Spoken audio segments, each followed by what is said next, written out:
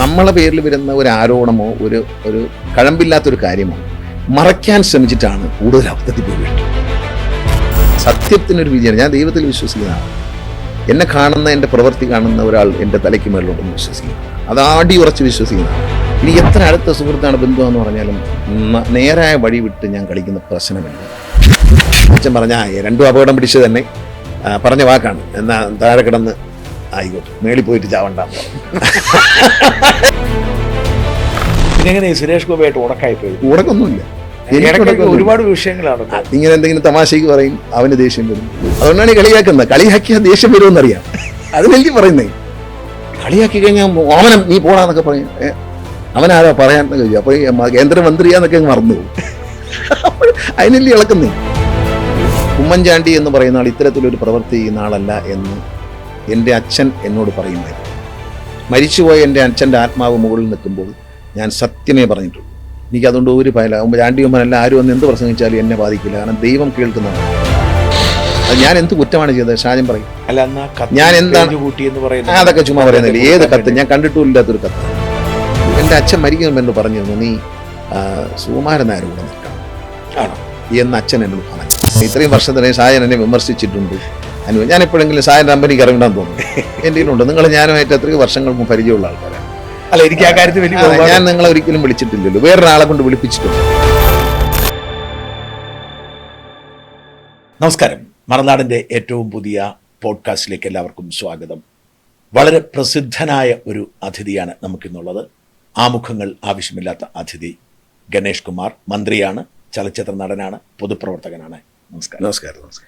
വളരെ സന്തോഷം ഇവിടേക്ക് വരാൻ കഴിഞ്ഞതിലും ഈ അഭിമുഖത്തിൻ്റെ ഭാഗമാകാൻ കഴിഞ്ഞതിലും. ഞാൻ ആദ്യം വളരെ വിശാലമായി സംസാരിക്കാൻ എനിക്ക് ആഗ്രഹമുണ്ട്. ഈ രാഷ്ട്രീയം ആദ്യം തിരിച്ചറിഞ്ഞ അച്ഛൻ്റെ മകൻ എന്ന നിലയിലാണ്. അപ്പം എനിക്ക് അവിടെ തുടങ്ങണമെന്ന് ആഗ്രഹമുണ്ട്. അതായത് കേരള രാഷ്ട്രീയം കണ്ട ഏറ്റവും വലിയ ഒരു അതികായന്മാരുടെ ഒരാളുടെ മകനായിരുന്നു. ആ ഒരു അതായത് ചെറുപ്പത്തിൽ ബാലകൃഷ്ണപിള്ളയുടെ മകൻ എന്ന നിലയിൽ രാഷ്ട്രീയക്കാരെയും ആ കാലത്ത് എനിക്കൊന്ന് സിനിമക്കാർ പ്രേം നസീറൊക്കെ വരാറുണ്ടായിരുന്നു. ഞാൻ ഏതോ ഒരു അഭിമുഖത്തിൽ ഒരാൾ പ്രേം നസീർ അവിടെ വന്നിട്ടായിരുന്നു പലപ്പോഴും മദ്രാസിലേക്കൊക്കെ പോകുന്നത് കണ്ടത്. അപ്പം ആ ഒരു കാലത്തെ ഓർമ്മയൊന്ന് പറയാമോ? പ്രധാനമായിട്ട് അച്ഛനെ കാണുന്നത് ഈ ശനി ഞായർ ദിവസങ്ങളിൽ മാത്രമേ ഉള്ളൂ. കാരണം അച്ഛൻ അതിരാവിലെ രാഷ്ട്രീയ പ്രവർത്തനമായിട്ട് പോകും. ഇന്നത്തെ പോലെ അന്ന് എല്ലാ സ്ഥലത്തും നല്ല വാഹന സൗകര്യങ്ങളൊന്നുമില്ല. അച്ഛന് കാറുണ്ട്, എന്നാൽ അച്ഛൻ രാവിലെ പോകും. രാത്രി വളരെ വൈകിയായിരിക്കും വരുന്നത്. പാർട്ടി പ്രവർത്തനം കോട്ടയത്തും അവിടെയൊക്കെ ആയിരിക്കും. പാർട്ടി പ്രവർത്തനം കഴിഞ്ഞ് മടങ്ങി വരുമ്പോൾ രാത്രിയാവും. അപ്പം ഞങ്ങൾ ഉറങ്ങുമ്പോഴത്തേക്കും അച്ഛൻ വരത്തുള്ളൂ. പിന്നെ ശനി ഞായറാണ് അച്ഛൻ വീട്ടിലുണ്ടാവുക. അപ്പോൾ അച്ഛനായിട്ടുള്ള രാഷ്ട്രീയം കേൾക്കുന്നതെന്ന് വെച്ചാൽ അച്ഛനെ കാണാൻ ഒരുപാട് സന്ദർശകർ വരും. അപ്പോൾ ആ ഫ്രണ്ടിലെ മുന്നത്തെ റൂമിലായിരുന്നു അച്ഛൻ. ഓഫീസ് റൂമിൽ നിന്ന് അവരോട് സംസാരിക്കുമ്പോൾ അവിടെ പോയി കേട്ടുകൊണ്ട് നിൽക്കും. കൂടുതലും വരുന്നത് ഈ തൊഴിലാളികളും അവരുടെ പ്രശ്നങ്ങളും, കശുവണ്ടി തൊഴിലാളികളുടെയൊക്കെ ഒരു നല്ല കാലമാണ്. ഒരുപാട് കശുവണ്ടി ഫാക്ടറികളും അതൊക്കെ തുറന്നിരിക്കുകയും അവിടെ തൊഴിൽ സമരങ്ങളും കാര്യങ്ങളുമൊക്കെ നടക്കുന്ന ഒരു കാലഘട്ടമാണ്. അപ്പോൾ അവർ കൂടുതലും വരുന്നത് ഈ കശുവണ്ടി തൊഴിലാളികളായ പാവപ്പെട്ടവരാണ് കൂടുതലും വരുന്നത്. അവരുമായിട്ടുള്ള അച്ഛൻ്റെ ഒരു ഡീലിങ്. പിന്നെ അതുപോലെ ഈ അന്നത്തെ കാലത്ത് ഈ ഫോണൊക്കെ ട്രങ്കോൾ ബുക്ക് ചെയ്തൊക്കെ വിളിക്കണം. അതെ.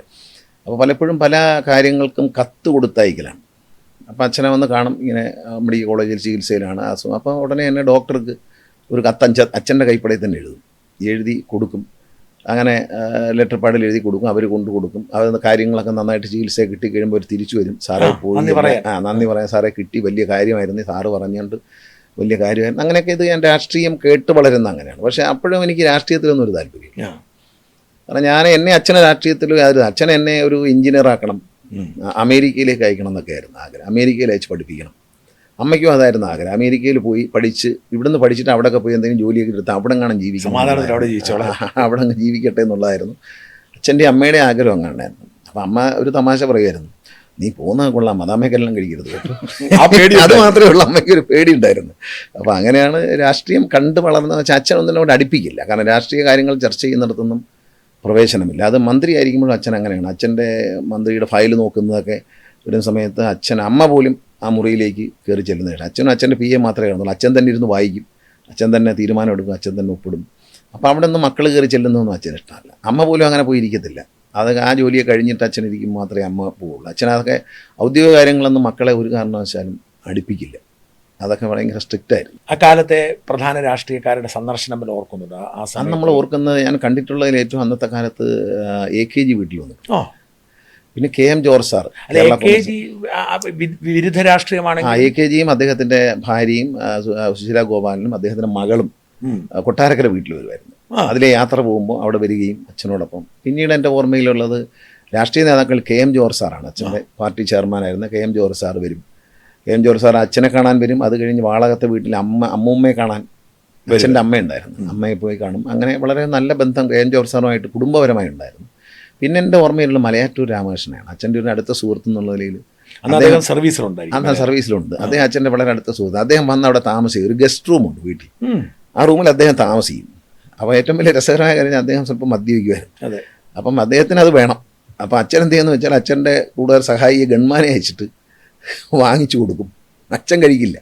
അപ്പം അദ്ദേഹത്തിൻ്റെ ഓർമ്മകളാണ്. മലയാറ്റൂർ രാമകൃഷ്ണനെ വളരെ ഒരു നമ്മളൊരു ഭയങ്കര സൗന്ദര്യമൊക്കെ ആയിരുന്നു അദ്ദേഹത്തെ കണ്ട ഓർമ്മ. നമ്മുടെ മനസ്സിൽ പ്രായമായ നല്ല സൗന്ദര്യമായിരുന്നു. അപ്പോൾ അതിങ്ങനെ നല്ല കളറും. അപ്പം അദ്ദേഹത്തെ കണ്ട ഓർമ്മകളുണ്ട് എനിക്ക്. ഈ വെട്ടൊന്നേ മുറി രണ്ടേ സ്വഭാവക്കാരനായിരുന്നല്ലോ മലയാറ്റൂർ. അതെ, അദ്ദേഹത്തിൻ്റെ എഴുത്തുകളും അന്ന് ഇദ്ദേഹം എഴുത്തൊക്കെ ഉണ്ടെങ്കിൽ എനിക്ക് ആരാണെന്നറിയാം, വലിയൊരു മനുഷ്യനാണെന്നറിയാം. IAS കാരനാണെന്നറിയാം. IAS എന്താണെന്ന് എനിക്ക് അത്രയും ബോധമില്ല, സ്കൂളിൽ പഠിക്കുകയില്ല. അപ്പോൾ എന്നാൽ ഇദ്ദേഹം അച്ഛൻ്റെ ഒരു സുഹൃത്താണ്, വലിയ മനുഷ്യനാണ്, അദ്ദേഹം വലിയൊരു പ്രതിഭയുള്ള ആളാണെന്നൊക്കെ ഇങ്ങനെ തോന്നും. എന്തോ ഒരു വലിയ നമുക്ക്. പിന്നെ അച്ഛനെ കാണാൻ വന്നിരിക്കുന്നത് അന്ന്. അല്ല ഞാൻ ചോദിക്കട്ടെ, അദ്ദേഹം അച്ഛൻ രാഷ്ട്രീയക്കാരനും മന്ത്രിയുമായിരിക്കുമ്പോൾ സിവിൽ സർവീസ് ഉദ്യോഗസ്ഥനും ആ ഒരു സുഹൃത്ത് എന്ന നിലയിൽ പ്രാധാന്യം കൊടുത്തിരുന്നു, എഴുത്തുകാരനായതുകൊണ്ട്. അച്ഛൻ മാത്രമല്ല, ഈ സിവിൽ സർവീസ് ഉദ്യോഗസ്ഥന്മാരോട്, സർക്കാർ ജീവനക്കാരോട്, മന്ത്രിയായിരിക്കുമ്പോഴും അവർക്ക് അതിൻ്റെതായ റെസ്പെക്റ്റ് അച്ഛൻ കൊടുക്കുമായിരുന്നു. കാരണം അവർ IAS ഒക്കെ വാങ്ങി വന്ന IPS IAS കാരോടൊക്കെ അച്ഛന് ഭയങ്കര റെസ്പെക്റ്റ് ആയിരുന്നു. കാരണം അവരെ കഴിവിൽ വന്നവരാണല്ലോ എന്നൊക്കെയുള്ളൊരു ബഹുമാനം അച്ഛന് അവർക്ക് കൊടുക്കുമായിരുന്നു. എല്ലാവരോടും, എല്ലാ IAS ഉദ്യോഗസ്ഥരും IPS ഉദ്യോഗസ്ഥരുമായിട്ട് അച്ഛന് നല്ല ബന്ധമായിരുന്നു. അവരെ അച്ഛൻ മാനിക്കുമായിരുന്നു. മന്ത്രിയായിരിക്കുമ്പോഴും അവരെ വളരെ കാര്യമായിട്ട് മാനിക്കുമായിരുന്നു. പിന്നെ മാത്രമല്ല, ഞാനിങ്ങനെ പിന്നെ വരുന്നത് കൂർലോസ് തിരുമേനിയാണ്. ബാവ തിരുമേനിയായി മാറി കൂർലോസ് തിരുമേനി അച്ഛൻ്റെ ഒരു കൂടപ്പിറപ്പിനെ പോലെ സ്നേഹമായിരുന്നു. അദ്ദേഹം വരുമ്പോഴാണ് നമ്മുടെ വീട്ടിലൊരു വലിയ അത്ഭുതം എന്ന് പറയുന്നത്. ഞാൻ ഇദ്ദേഹം ദൈവമാണെന്നാണ് വിചാരിച്ചത്. ദൈവം അതെ, ദൈവം നമ്മൾ കേട്ടിട്ടുണ്ടെങ്കിലും തിരുമേനി വരുന്ന ദിവസം ഒരുക്കങ്ങളാണ്. ഇന്ന് തിരുമേനി വരും. അപ്പോൾ അന്ന് കൊല്ലത്തെ തിരുമേനിയാണ്, അദ്ദേഹം കൊല്ലത്തെ ബിഷപ്പാണ്. അപ്പം അച്ഛനുമായിട്ട് ഭയങ്കര ഒരു സ്നേഹബന്ധമാണ്, ബാല എന്ന് വിളിച്ചിട്ട് അങ്ങനെ ഒരു ബന്ധമാണ്. ഈ തിരുമേനി വരുന്ന ദിവസം അമ്മയൊക്കെ അങ്ങ് ഒരുക്കമാണ്. തിരുമേനി വരുന്നുണ്ട്, തിരുമേനി വരുന്നത്. അപ്പോൾ ഇദ്ദേഹം വരുമ്പോൾ കാണാൻ നല്ല തേജസ്സാണല്ലോ ഇദ്ദേഹത്തെ കാണാൻ വേണ്ടി. അപ്പം ഞാൻ ഇദ്ദേഹമാണ് ദൈവം എന്നാണ് കുട്ടിക്കാലത്ത് കരുതിയിരുന്നത്. കാരണം അദ്ദേഹം വരുന്നതിനുള്ള ഒരുക്കങ്ങളും, അദ്ദേഹം വന്നു കഴിഞ്ഞാൽ വളരെ കുറച്ചേ ഭക്ഷണം കഴിക്കത്തുള്ളൂ. പക്ഷേ അച്ഛൻ്റെ കൂടെ ഇരിക്കും, ബാല എന്നൊക്കെ വിളിച്ച് അച്ഛൻ വളരെ ബഹുമാനത്തോടെ സ്നേഹത്തോടെ ഇങ്ങനെ അടുത്തിരിക്കും. ഇത് അമ്മയൊക്കെ ഭയങ്കര റെസ്പെക്റ്റിലാണ് ഇരിക്കുന്നത് തിരുമേനിയായിട്ട്. അപ്പോൾ കുട്ടിക്കാലത്ത് ഞാൻ കണ്ടിട്ടുള്ള ദൈവം വീട്ടിൽ വരുന്നു എന്ന് പറയുന്ന പോലെയാണ് തിരുമേനി വരുന്നത്. അപ്പോൾ അങ്ങനെയൊക്കെയുള്ള കാഴ്ചകളാണ് കണ്ടിട്ടുള്ളത്. നസീർ അവിടെ ഒരു നസീർ സാറ് അച്ഛനുമായിട്ട് വളരെ അടുപ്പമുണ്ടായിരുന്നു. നസീർ സാർ സിനിമയിലാണ്. നസീർ സാർ അടൂർ പാസി. പിന്നെ അച്ഛൻ വയലാറുമായിട്ട് നല്ല അടുപ്പമായിരുന്നു. പക്ഷെ വയലാറിനെ ഞാൻ കണ്ടതായിട്ട് അച്ഛൻ അങ്ങനെ ഒരു കലാപരമായ അച്ഛൻ്റെ ഫ്രണ്ടായിരുന്നു SK നായർ. അദ്ദേഹമാണ് ചെമ്പരത്തി ചായമൊക്കെ എടുക്കുന്നത്. അങ്ങനെ അദ്ദേഹത്തിൻ്റെ സിനിമ ചെമ്പരത്തിയുടെ ഷൂട്ടിംഗ് നടക്കുമ്പോൾ അവിടെ പോയിട്ടുണ്ട്. അല്ല, ചായത്തിൻ്റെ ഷൂട്ടിംഗ് നടക്കുമ്പോൾ അന്നാണ് ഷീലയെ ആദ്യമായിട്ട് കാണുന്നത്. അമ്മയ്ക്ക് ഷീലയോട് ഭയങ്കര ആരാധനയായിരുന്നു. എൻ്റെ അമ്മ എല്ലാ സിനിമയും കാണും. എൻ്റെ അമ്മയും എൻ്റെ രണ്ടാമത്തെ സഹോദരിയും ഒരു വർഷം ഇറങ്ങുന്ന 130 സിനിമയുണ്ടെങ്കിൽ ഈ 130 അവർ കണ്ടിരിക്കും. കാരണം അത്ര അന്ന് തിയേറ്ററിൽ പോയി കാണും. ഇവിടെ തിരുവനന്തപുരത്തായാലും കൊട്ടാരക്കരയായാലും ശരി, അവർ തിയേറ്ററിൽ പോയി പടം. ഈ രണ്ടുപേർ, എൻ്റെ സഹോദരി കരയുന്ന എന്നെ വഴക്കുണ്ടാക്കുന്ന അമ്മ സിനിമയ്ക്ക് ചില ASRTയുള്ള സിനിമകളൊക്കെ വരും, അപ്പോൾ കൊണ്ടുപോയില്ല. അപ്പോൾ അതിന് കരച്ചിലാണ്, ബഹളം. അന്നത്തെ ദിവസമൊന്നും കഴിക്കില്ല, ഭയങ്കര ബഹളമാണ്. ഈ അവർ രണ്ടുപേരും തെലുങ്ക് ഡബ്ബിങ് ഇവിടം വരെ കാണും. അല്ല, സാറിന് അങ്ങനെ ഒരു താല്പര്യം ഉണ്ടായിരുന്നു സിനിമയുടെ? ഇല്ല, അച്ഛൻ വല്ലപ്പോഴൊക്കെ കൊണ്ടുപോകത്തുള്ളൂ. എനിക്ക് താല്പര്യമേ ഇല്ല. എൻ്റെ സംഭവം എന്ന് പറയുന്നത്, എൻ്റെ സിനിമയ്ക്ക് കൊണ്ടുപോയിരിക്കാൻ വേണ്ടി അമ്മ 2 രൂപ വരും എന്തെങ്കിലും വാങ്ങിച്ച് തിന്നാൻ വേണ്ടി. കപ്പൻ്റെ അത് കൊണ്ടുവന്നൊരു കുടുക്കയിലിട്ട് വയ്ക്കും. പൈസ ദുരുപയോഗം ചെയ്യത്തില്ല അന്ന്. അപ്പം ഞാനത് കഴിഞ്ഞ് സിനിമയിലൊക്കെ വന്നതിന് ശേഷമാണ് പൈസ ഉണ്ടാക്കിയതും അത് ദുരുപയോഗം ചെയ്ത് കളയുന്നതൊക്കെ. പക്ഷെ അന്ന് ഭയങ്കര അമ്മ 2 രൂപ വന്നാൽ പിന്നെ നമ്മളെ കൊണ്ട് ശല്യമില്ല. പിന്നെ സിനിമയ്ക്കും വേണ്ട, എങ്ങും വേണ്ട, വീട്ടിൽ ഇരുന്നുള്ളൂ. സിനിമ കാണാനൊന്നും പോകത്തില്ല. ഞാൻ എങ്ങനെ ഒരു സിനിമാ നടനായി എന്ന് എനിക്ക് തന്നെ അത്ഭുതം തോന്നിയിട്ടുണ്ട്. കാരണം വെച്ചാൽ നമ്മളങ്ങനെ സിനിമ കാണാൻ താല്പര്യം. അമ്മ എല്ലാ സിനിമയും കാണും. പിന്നെ ഞാൻ സിനിമ കാണാൻ തുടങ്ങുന്നത് 8ാം ക്ലാസ്സിൽ പഠിക്കുമ്പോൾ തിരുവനന്തപുരത്തേക്ക് പഠിക്കാൻ വേണ്ടി കൊണ്ടുപോകും. അപ്പോഴമ്മ സിനിമയ്ക്ക് പോകുമ്പോൾ എവിടെ നിൽക്കാനില്ല. അപ്പോൾ അമ്മ നമ്മുടെ ധന്യരമ്യ തിയേറ്ററിൽ കൊണ്ട് അന്ന് ശ്രീകാന്ത് കസ്തൂരിയാണ്. അപ്പോൾ ഒരിടത്ത് അടിപ്പടമായിരിക്കും, ബുള്ളറ്റ് എന്നൊക്കെ പറഞ്ഞ പടങ്ങൾ വരും. ഇത് കാണാൻ എന്നെ കയറ്റി വിട്ടിട്ട് അമ്മ അപ്പുറത്ത് കണ്ണീരൊക്കെ ഉള്ള സിനിമ. കണ്ണീരുള്ള സിനിമ കാണില്ല. ഞാൻ അന്നും ഇന്നും ഈ കുഞ്ഞുങ്ങളെ ദ്രോഹിക്കുക, സ്ത്രീകളെ കൊണ്ടുപോയിട്ട് വിൽക്കുക, അങ്ങനെയുള്ള കഥകളുണ്ടല്ലോ. ആ കഥകൾ എനിക്ക് ഇന്നും താങ്ങാനൊക്കത്തില്ല. അങ്ങനെയുള്ള സിനിമകൾ കാണില്ല. ഇപ്പം ഞാൻ ഇന്നും കാണാത്ത സിനിമയാണ് കാക്കോത്തിക്കാവിലെ അപ്പൂപ്പന്താടിയൻ സിനിമയാണ്. കുഞ്ഞുങ്ങളെ ഭിക്ഷക്കാർ പിടിച്ചുകൊണ്ട് പോവുക, കണ്ണൂത്തി ഭിക്ഷയ്ക്ക് കൊണ്ടു കിടക്കുക. അത് ഞാൻ ആ തരം സിനിമകൾ കാണില്ല. പിന്നെ ആകാശദൂത് എന്ന സിനിമയാണ് പറഞ്ഞു കേട്ടത്. കുഞ്ഞുങ്ങളെ കഥയാണ്. കുഞ്ഞുങ്ങൾ ആരും ഇല്ലാതെ അനാഥ പലരെ ഏൽപ്പിക്കുന്നു എന്നൊക്കെ പറഞ്ഞ് ഞാൻ ആ ഭാഗത്തേക്ക് പോയിട്ടില്ല. ഇത്രയും വർഷത്തിനിടയിൽ എൻ്റെ ഏറ്റവും അടുത്ത സുഹൃത്തായിരുന്നു ഡെന്നിസ് ജോസഫ്. അദ്ദേഹം എൻ്റെ ഒരു കുടുംബാംഗമായിരുന്നു. അദ്ദേഹം എഴുതിയ പടമായിട്ട് പോലും ഞാൻ ഇന്ന് വരെ ഈ 2 സിനിമയും ഞാൻ കണ്ടിട്ടില്ല. എനിക്കത് സഹിക്കില്ല. അത്തരം സിനിമകൾ ഇന്നും ഞാൻ കാണില്ല. എനിക്ക് ഭയങ്കര ഇഷ്ടമല്ല. ഈ അച്ഛൻ്റെ ഒരു രാഷ്ട്രീയ ശിക്ഷണം ഈ ജീവിതത്തിലേക്ക് സ്വീകരിക്കാൻ പറ്റിയിട്ടില്ല. എന്താണ് കൂടുതൽ അച്ഛൻ നിന്ന് പഠിച്ചത്? അച്ഛൻ രാഷ്ട്രീയം ഒന്നും പറഞ്ഞു തന്നിട്ടില്ല. രാഷ്ട്രീയത്തിൽ വരുന്നതിന് അച്ഛൻ എതിരുമായിരുന്നു. എനിക്ക് സത്യത്തിൽ ഈ രാഷ്ട്രീയത്തിൻ്റെ ടെക്നിക്കുകളെല്ലാം പറഞ്ഞു തന്ന ലീഡറാണ്. ലീഡർ തിരുവനന്തപുരത്ത് താമസിക്കുന്നത് അത് വളരെ അത്ഭുതം. എൻ്റെ അമ്മ തന്നെ ചോദിക്കും, ഇത്രയും പ്രായമുള്ള ഈ വലിയ മനുഷ്യനായിട്ട് നിനക്കെന്തോടാ കമ്പനി എന്ന് ചോദിക്കും. അപ്പം ഞാൻ ഇദ്ദേഹം തിരുവനന്തപുരത്ത് താമസിക്കും. ആദ്യം അദ്ദേഹം തൃശ്ശൂരിൽ നിന്ന് പരാജയപ്പെട്ട് അദ്ദേഹം മുഖ്യമന്ത്രി സ്ഥാനമൊക്കെ ഒഴിഞ്ഞു. അങ്ങനെ MP സ്ഥാനത്ത് മത്സരിച്ചു, പരാജയപ്പെട്ട് അദ്ദേഹം ഇവിടെ തിരുവനന്തപുരത്ത് വന്ന് താമസിക്കുമ്പോൾ ഇദ്ദേഹമായിട്ട് ഞാൻ പരിചയപ്പെട്ടു. അതിനുശേഷം അദ്ദേഹം തിരുവനന്തപുരത്ത് മത്സരിച്ച് ജയിക്കുകയായിരുന്നു. അന്ന് ഇദ്ദേഹത്തെ പരിചയപ്പെടുകയും അദ്ദേഹത്തിന് വേണ്ടി തിരുവനന്തപുരത്ത് തിരഞ്ഞെടുപ്പിൽ മത്സരിക്കുമ്പോൾ അദ്ദേഹത്തിന് വേണ്ടി പ്രസംഗിക്കാനൊക്കെ പോയി. അതിന് മുമ്പ് അച്ഛന് വേണ്ടി സിനിമയിലൊക്കെ അഭിനയിച്ചിരുന്നു. സിനിമയിലൊക്കെ ലീഡർ മത്സരിക്കുന്ന കാലം. ഞാൻ 84 സിനിമയിൽ മനസ്സിലായി. അപ്പോൾ കൊടിക്കുന്ന് സുരേഷിന് വേണ്ടി അച്ഛനും കൊടിക്കുന്ന് സുരേഷ് ഒരുമിച്ച് ഇലക്ഷൻ നിന്നിട്ടുണ്ട്.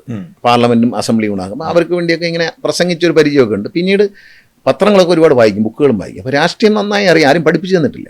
പക്ഷേ ലീഡർക്ക് വേണ്ടി പ്രസംഗിക്കാൻ പോയി കഴിഞ്ഞാൽ പലപ്പോഴും ലീഡർ എന്നെ വലിയ ഇഷ്ടമായിരുന്നു.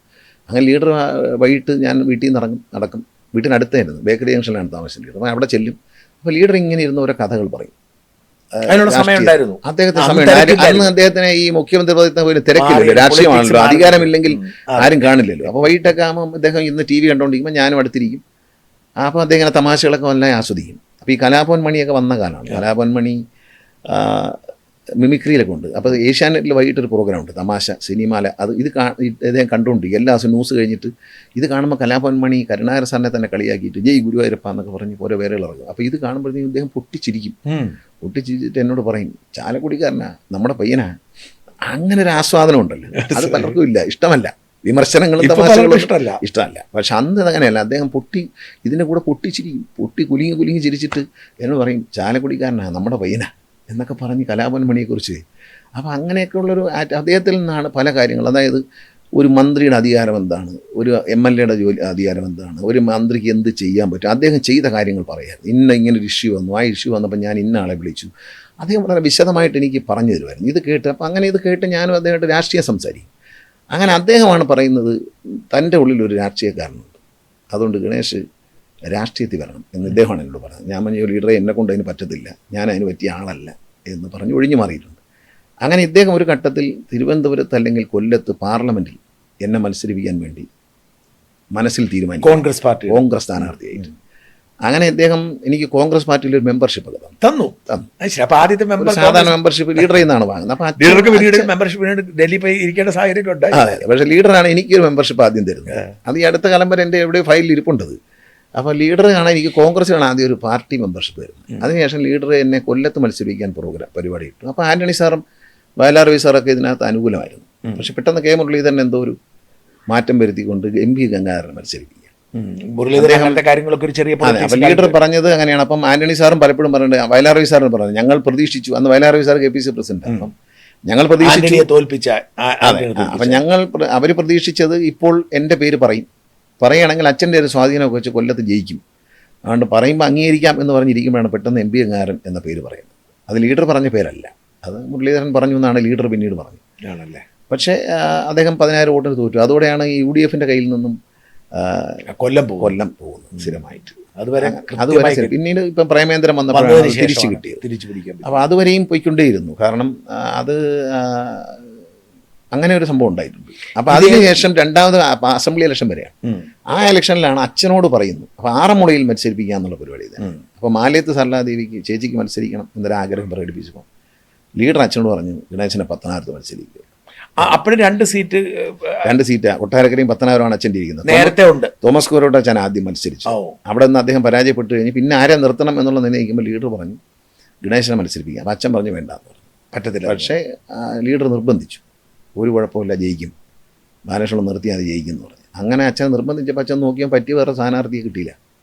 അങ്ങനെ മത്സരിപ്പിക്കുകയായിരുന്നു 2001 ഇലക്ഷനിൽ. അതായത് ഒരു 35 കൊല്ലമായി UDF ജയിക്കാത്ത സീറ്റിൽ CPIയുടെ കയ്യിലായിരുന്നു. ദീർഘകാലമായിട്ട് CPIയുടെ സീറ്റായിരുന്നു. ചന്ദ്രശേഖരൻ നായർ സാറ്, പിന്നെ ഒരുപാട് പേര്, EK പിള്ള, അങ്ങനെ ഒരുപാട് പ്രധാനപ്പെട്ട ചന്ദ്രശേഖരൻ നായർ സാർ അവിടെ മത്സരിച്ച MLA അദ്ദേഹം. പിന്നെ അങ്ങനെ ഒരുപാട് പേര് അവിടെ നിന്ന്, പ്രകാശ് ബാബു 2 തവണ. അങ്ങനെ അദ്ദേഹം അങ്ങനെ ജയിച്ചുകൊണ്ടിരുന്ന ഒരു സീറ്റിലാണ് എന്നെ അന്ന് ഈ ആര്യങ്കാവും തെന്മലയും കൊണ്ട് ഇടതുപക്ഷത്തിന് വലിയ മുൻതൂക്കമുള്ള ആര്യങ്കാവും അതിനകത്താണ്. പുനലൂരല്ല, അല്ല ഇതിനകത്തായിരുന്നു. അത് 2011 മാറുന്നത്. അതുവരെയും ഇതിന്റെ കൂടെ അങ്ങനെയായിരുന്നു ഇതിന്റെ മണ്ഡലം ആര്യങ്കാവ്, അച്ചൻകോവിൽ തുടങ്ങി അതിർത്തിയിൽ നിന്ന് തുടങ്ങി പുനലൂർ, അതിൽ നിന്ന് ഇങ്ങോട്ട് വന്ന് പ്രവന്തൂര്, പത്തനാപുരം, അങ്ങനെ വെട്ടിക്കവല മേലെ ഇപ്പോഴും വന്ന് ചേർന്നാണ് കൊട്ടാരക്കരയുടെ ഭാഗമായിരുന്നു. അത് മാറിയിട്ട് മറ്റേതായിരുന്നു. അത് ആര്യങ്കാവും തെന്മലയായിരുന്നു. പക്ഷെ ആ തെരഞ്ഞെടുപ്പിൽ അത്ഭുതം എന്ന് പറയുന്നത് ഇന്ദിരാഗാന്ധി മരിച്ച തെരഞ്ഞെടുപ്പിൽ ചിതാഭസ്മൊക്കെ ആയിട്ട് കുടിക്കും സുരേഷ് പാർലമെന്റ് ഇലക്ഷനാണ്. അന്ന് അദ്ദേഹം വന്നപ്പോഴും ആര്യങ്കാവ് പഞ്ചായത്തിൽ 1000 വോട്ടിന് 1500 വോട്ടിന് പുറയിലായിരുന്നു. പക്ഷെ ഞാൻ മത്സരിച്ചപ്പോൾ ഞാൻ 8 വോട്ടിന് മുമ്പിൽ കയറി. ഈ CPM സ്വാധീനമുള്ള പഞ്ചായത്തിൽ അവിടെ കയറിയ അടി കിട്ടുന്ന സ്ഥിതി ഉണ്ടായിരുന്നു. അവിടെ വളഞ്ഞു വയ്ക്കുക, എന്നെ തന്നെ വളഞ്ഞൊക്കെ വെച്ചിട്ടുണ്ട്. ഞാനും അച്ചൻകോവിൽ അജികുമാറും കൂടി ഇതുപോലെ വളഞ്ഞു വെച്ച് 2 വശം ആൾ നിന്നിട്ട് ഞങ്ങളെ ഒരു എസ്റ്റേറ്റിനകത്ത് വെച്ച് DYFIക്കാരെല്ലാം പിടിച്ചു വെച്ചിട്ടുണ്ട്. ഫ്ലോറൻസ് എസ്റ്റേറ്റിനകത്ത്. പക്ഷെ ഞങ്ങൾ എന്നിട്ട് അവിടെ നിന്ന് വളരെ ധൈര്യമായിട്ട് ഇറങ്ങിപ്പോയി. അതിൻ്റെ നടുക്കൂടെ ഞങ്ങൾ 2 മാത്രം പെട്ടുപോയി. പിന്നെ അങ്ങനെ ധാരണ ഓടലാണ് പതിവ്. പക്ഷെ ഞങ്ങൾ ഓടിയില്ല, അവിടെ തന്നെ നിന്നു. അതുകൊണ്ട് അവർക്ക് തോന്നി കാരണം ധീരനാണ്. അപ്പം മനസ്സിലായി ആള് പിടിച്ചേക്കും എന്നവർക്ക് മനസ്സിലായി. സിനിമാ നടനല്ല, പിടിച്ചു നിന്നു. അപ്പം യഥാർത്ഥത്തിൽ ഒരു കേരള കോൺഗ്രസ് ബിയിലേക്ക് ഒരു സജീവ രാഷ്ട്രീയ പ്രവർത്തനം ആവുന്നതിന് മുമ്പ് തന്നെ സീറ്റ് കിട്ടിയെന്ന് വേണം പറയാം. അത് ഞാൻ രാഷ്ട്രീയത്തിൽ ഇറങ്ങുന്നതിന് മുമ്പ് തന്നെ എനിക്ക് ഇറങ്ങിയപ്പോൾ തന്നെ സീറ്റ് കിട്ടിയായിരുന്നു. കാരണം എന്ന് വെച്ചാൽ ആദ്യമായിട്ട് രാഷ്ട്രീയമൊന്നും ഉണ്ടായില്ല, സിനിമ അഭിനയിച്ചുകൊണ്ടിരുന്ന ആളാണ്. പക്ഷേ രാഷ്ട്രീയം എനിക്ക് നന്നായി അറിയാമെന്ന്. എൻ്റെ തെരഞ്ഞെടുപ്പിൽ എന്തുകൊണ്ടാണെന്നറിയാം, ദൈവത്തിൻ്റെ ഒരു കൃപയായിരിക്കാം. എൻ്റെ തെരഞ്ഞെടുപ്പിലെ സ്ട്രാറ്റജി എല്ലാം തീരുമാനിച്ചത് ഞാൻ തന്നെയായിരുന്നു. എന്താണ് അതിൻ്റെ കാര്യം? എൻ്റെ മുൻപരിചയം ഒന്നുമില്ല. ആ ധൈര്യം അങ്ങനെ ഉണ്ട്. അതെന്തോ എനിക്കിങ്ങനെ ദൈവത്തിൽ നിന്നൊരു വിളി കിട്ടുന്നൊരു സ്വഭാവമുണ്ട് എനിക്ക്. അങ്ങനെ ഒരു അനുഗ്രഹമുണ്ട്. കാരണം അങ്ങനെ ഒരു വിളി കിട്ടി, ഇന്ന വിഷയം പറയണം, പ്രസംഗിക്കുമ്പോൾ ഇന്ന വിഷയം ഹൈലൈറ്റ് ചെയ്യണം, ഇന്നത് പറയണ്ട എന്നെനിക്ക് ഒരു ഉൾവിളി ഉണ്ടാവാറുണ്ട്. അതങ്ങനെ പറഞ്ഞിട്ടാണ് ഞാൻ ഇലക്ഷനിൽ എല്ലാ സ്ട്രാറ്റജി. ഞാൻ ഒരിക്കലും എൻ്റെ എതിർ സ്ഥാനാർത്ഥികൾക്കെതിരെ മോശം പറയുകയോ അങ്ങനെയുള്ള കാര്യങ്ങൾ 5 ഇലക്ഷനിൽ ഞാൻ മത്സരിച്ചിട്ടുണ്ട്. ഞാൻ അങ്ങനെ ഒരു സ്ട്രാറ്റജി എൻ്റെ കയ്യിലില്ല. മറ്റേ ആളുടെ കുറ്റം പറഞ്ഞിട്ട് ജയിക്കേണ്ട എന്നുള്ള നിലപാടാണ് അന്നും എന്നും. അത് ഞാൻ പറയില്ല, എൻ്റെ കാര്യം പറയും. ഈ 2001 മത്സരിക്കാൻ നേരത്തെ പാർട്ടിയിൽ അസ്വസ്ഥത ഉണ്ടായി കാണുമല്ലോ? ഒന്നുമില്ല അവിടെ, കാരണം അവിടെ മത്സരിക്കാൻ അതിന് അനുയോജ്യമായ ആൾക്കാരുണ്ടായിരുന്നില്ല. അവിടെ അങ്ങനെ ഒരു MLA ആയിട്ട് മത്സരിക്കാൻ കപ്പാസിറ്റി ഉള്ള ആളുകളുണ്ട്. ആഗ്രഹിക്കുന്നതുകൊണ്ട് കുഴപ്പമില്ല, അങ്ങനെ ഉണ്ടായിരുന്നില്ല. കാരണം അവർക്കും അറിയാം അങ്ങനെ ഒന്നും പിടിച്ചാൽ കിട്ടില്ല. കാരണം ഇത് സ്ഥിരമായി കിട്ടാത്തൊരു സാധനമല്ലേ. അപ്പോൾ അതുകൊണ്ട് കിട്ടില്ല എന്നുള്ള ഉറപ്പാണ്. ഞാനും തോറ്റു പോകുന്നതാണ് എല്ലാവരും വിചാരിച്ചത്. ആ വർഷം അച്ഛൻ ജയിച്ചിട്ടും മന്ത്രിയാക്കിയില്ല അച്ഛനെ. അപ്പോഴാണ് ഞാൻ മന്ത്രിയാകുന്നത് കുറച്ച് ദിവസം. അത് ഒരു അത്ഭുതമായി പോയില്ലേ?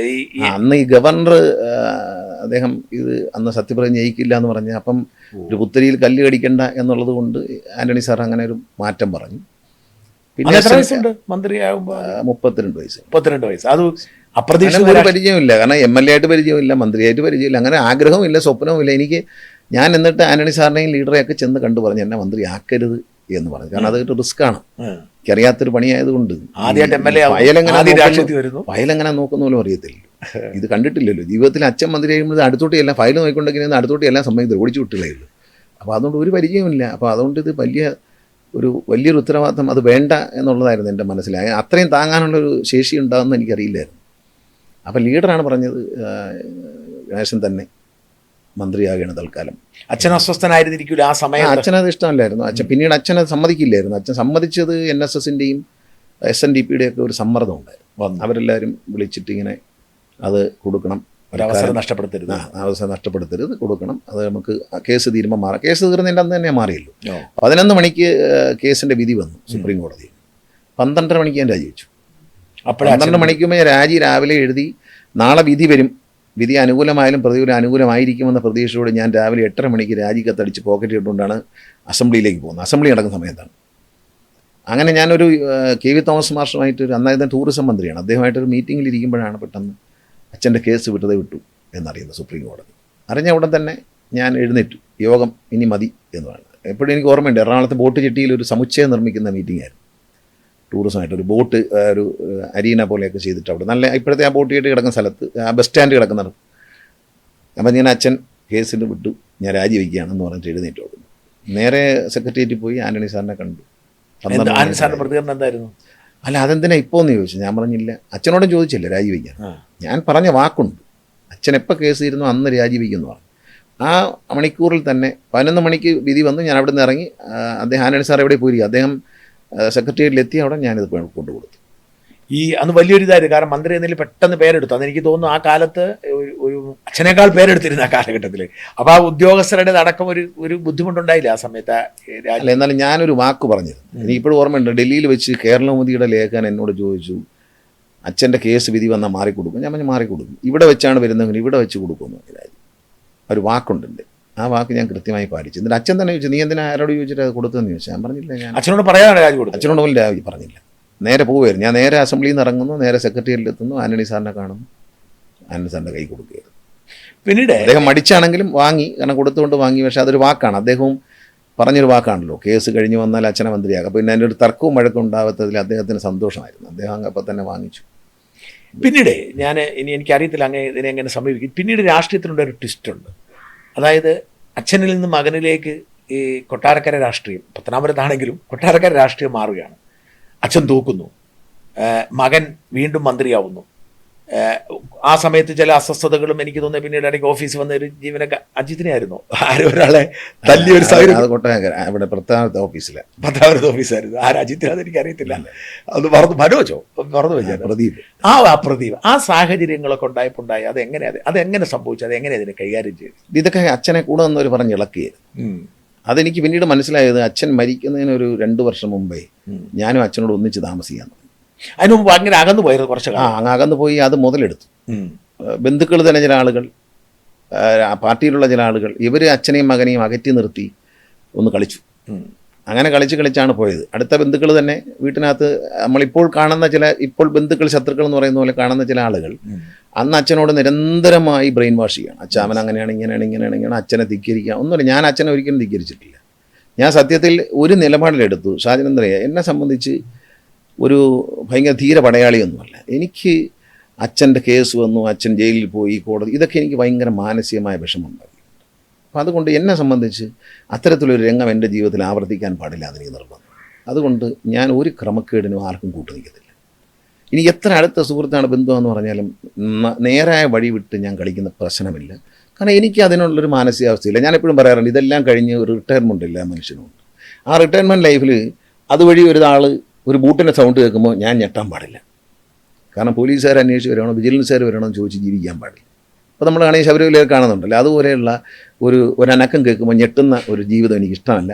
ഞാൻ റിട്ടയർഡ് ലൈഫിലേക്ക് കയറി കഴിഞ്ഞാൽ പിന്നെ സ്വസ്ഥമായിട്ടിരിക്കണം. അവിടെ പുറത്തൂടെ ബൂട്ടിട്ടല്ല, കുതിരക്കുളമ്പടി പോയാലും നമുക്കൊന്നുമില്ല എന്ന്. അതുകൊണ്ട് അങ്ങനെ ഒരു തീരുമാനമുണ്ട്. അതുകൊണ്ട് പലപ്പോഴും ചില കാര്യങ്ങൾ പറയുമ്പോൾ ചെയ്യാൻ എനിക്ക് ഭയമുണ്ട്. കാരണം ഞാൻ അധികാരമല്ല, അത് ചെയ്താൽ ചിലപ്പോൾ എനിക്ക് അപകടം സംഭവിക്കുന്നുള്ള പേടിയല്ല.